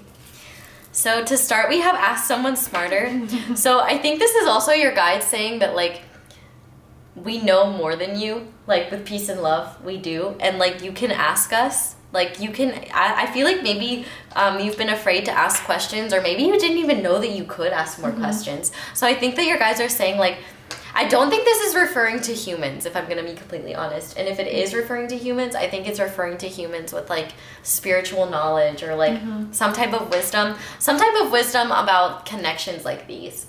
Like, I feel like asking someone who has no experience with this, like, they're not going to be able to help you at all. And I also think that, like, yeah, like asking your guides more questions just about this connection and like what you can do, or their guides even, could be really helpful. We also have epiphany, and so I definitely think that you either are getting like communication from this person, or like you'll be communicating with them, or like spirit will be giving you some kind of communication that will be an epiphany for you. And on the back of the deck, we have being different isn't a bad thing. And so I definitely think that your guides are saying, like, yes, this connection is different. Yes, this connection is weird. And almost like Lunar Lovegood's classes kind of like seem to be there as well. Oh yeah. And it's like, and it's almost like just because only you and this person can see this, or like just because only you can see this right now and this person can't, or vice versa, like doesn't mean it's not true. And I think that Spirit is saying, like, you don't have to follow the status quo of like what typical connections are, what's typically expected of you. Like, being different isn't bad. Like, it's okay to be different. Like, it's okay to like explore different things and to try a different path. Like, don't be afraid to go outside of what you know and try something new. I would just add, or maybe suggest to like the ask someone smarter, the idea of like ask your spirit guides or ask someone with spiritual knowledge. I wouldn't say like don't seek, seek the help of like a therapist or something. Oh no, like that. I didn't mean that. I didn't mean that. Yeah, if you feel like you could benefit from that. And it's on Rider-Waite, who I can't stop talking about because I really like their videos.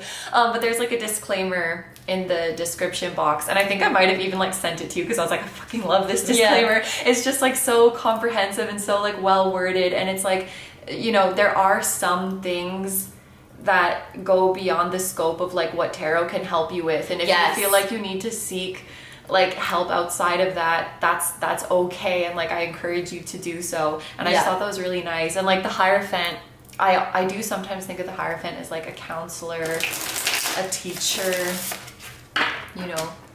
things like that. Yeah, I just got a vibe, like for some of you, I almost feel like if you feel like you need to like keep this under wraps until you feel safe enough to talk about it, I feel like that's okay too. Oh yeah, that's pretty on Fall point. back. Yeah. I'm gonna take 2. So fall back, retreat, pull back your energy, step away, take a needed break. You will awaken to a new point of view. It's amazing what a perspective shift can do. I feel like these go together really nicely. Yeah. Like a perspective shift, a wake-up call. Maybe just stepping away from this for a while. Some people who chose this path, there's like a feeling of like, I'm doomed, or this isn't gonna go well. And you just need to take a minute away from it. Like, even me, like sometimes before I fall asleep, I'm like, oh, my life is a mess, and then I wake up in the morning and I'm like, I was just sleepy. Yeah. Like a lot of my like dramatic meltdowns only happen because I haven't like gotten enough sleep, or like I'm just like I'm not setting healthy boundaries with myself and purifying and detoxifying myself, you know. This message of give freely, support others, give expecting nothing in return. I'm kind of feeling this like as your energy towards the universe. Like, just hand in your wish, hand in your request without expecting like, oh, when is the universe gonna bring it to me? Just hand it in, know that she's got it, and go about your business. But I also see this as like, if you are interacting with your counterpart, like, don't give with the expectation that you're going to receive in the same way. Like, if you're going to give to them, give because you want to, give because it's an expression of love, and give because it's just pure authentically you're just giving to them. Don't give because you're expecting something back, or you want to receive something from them, like, or because you're afraid that they'll, just going back to healthy boundaries, like, don't give just because you're afraid that they'll get mad at you if you don't, or something like that. Don't overextend yourself. Like, give freely but don't overextend, you know. Give freely once when your cup is full. Yeah, when you feel called to, when it comes from a place of love, not from a place of like people pleasing or something of that nature. So, well, it's 2:22. It is 2:22 in the morning, and the camera timer just went to 2020. So, and we have 5% battery left, so I think that is an amazing time. And it's another 5. Yeah, it's an amazing time to end this reading. So thank you so much for coming on this wonderful journey with us. Yes. Thank you so much for letting us read for you for this situation. Thank you to your person, your guides, their guides, everybody who came through today. Thank you for supporting our channels, and thank you for watching ASOS ads. Yes. And Keto's ads. It's the simplest and easiest way to support us. Yeah. And if you are interested in supporting us in other ways, you can like this video, you can comment and let us know how it resonated. You can watch other videos on either of our channels. ASO has some extended readings on her A lot of them are dirty. You can check out as well. A lot of them are dirty. They're fun. Yeah, it's fun. And we both have Instagram. ASO has merch. I have a music channel. And I also have a Patreon. Yeah, with like viewer requested pick a card topics. So that's everything. Please take good care of yourself, stay healthy. I hope you have a wonderful day or night whenever you're watching. We are sending you all lots of love, and stay strong out there. We believe in you, fellas. And now we are going to go to bed. Well, I gotta bathe and brush my teeth. Same. Yeah. Gotta pack. Oh god, I'm gonna do that tomorrow. We're both leaving. Yeah. We're both leaving the 6th tomorrow. Yeah, gotta go back to the US of A. I'm going to wine country. Stars and bars. I'm jealous, so I wish I was in wine country with you. Thank you guys. I hope you enjoy this. I hope it gave you clarity. I hope you have a wonderful day or night whenever it is that you're watching this, and I hope you'll come back and see us again soon. Yes. Bye!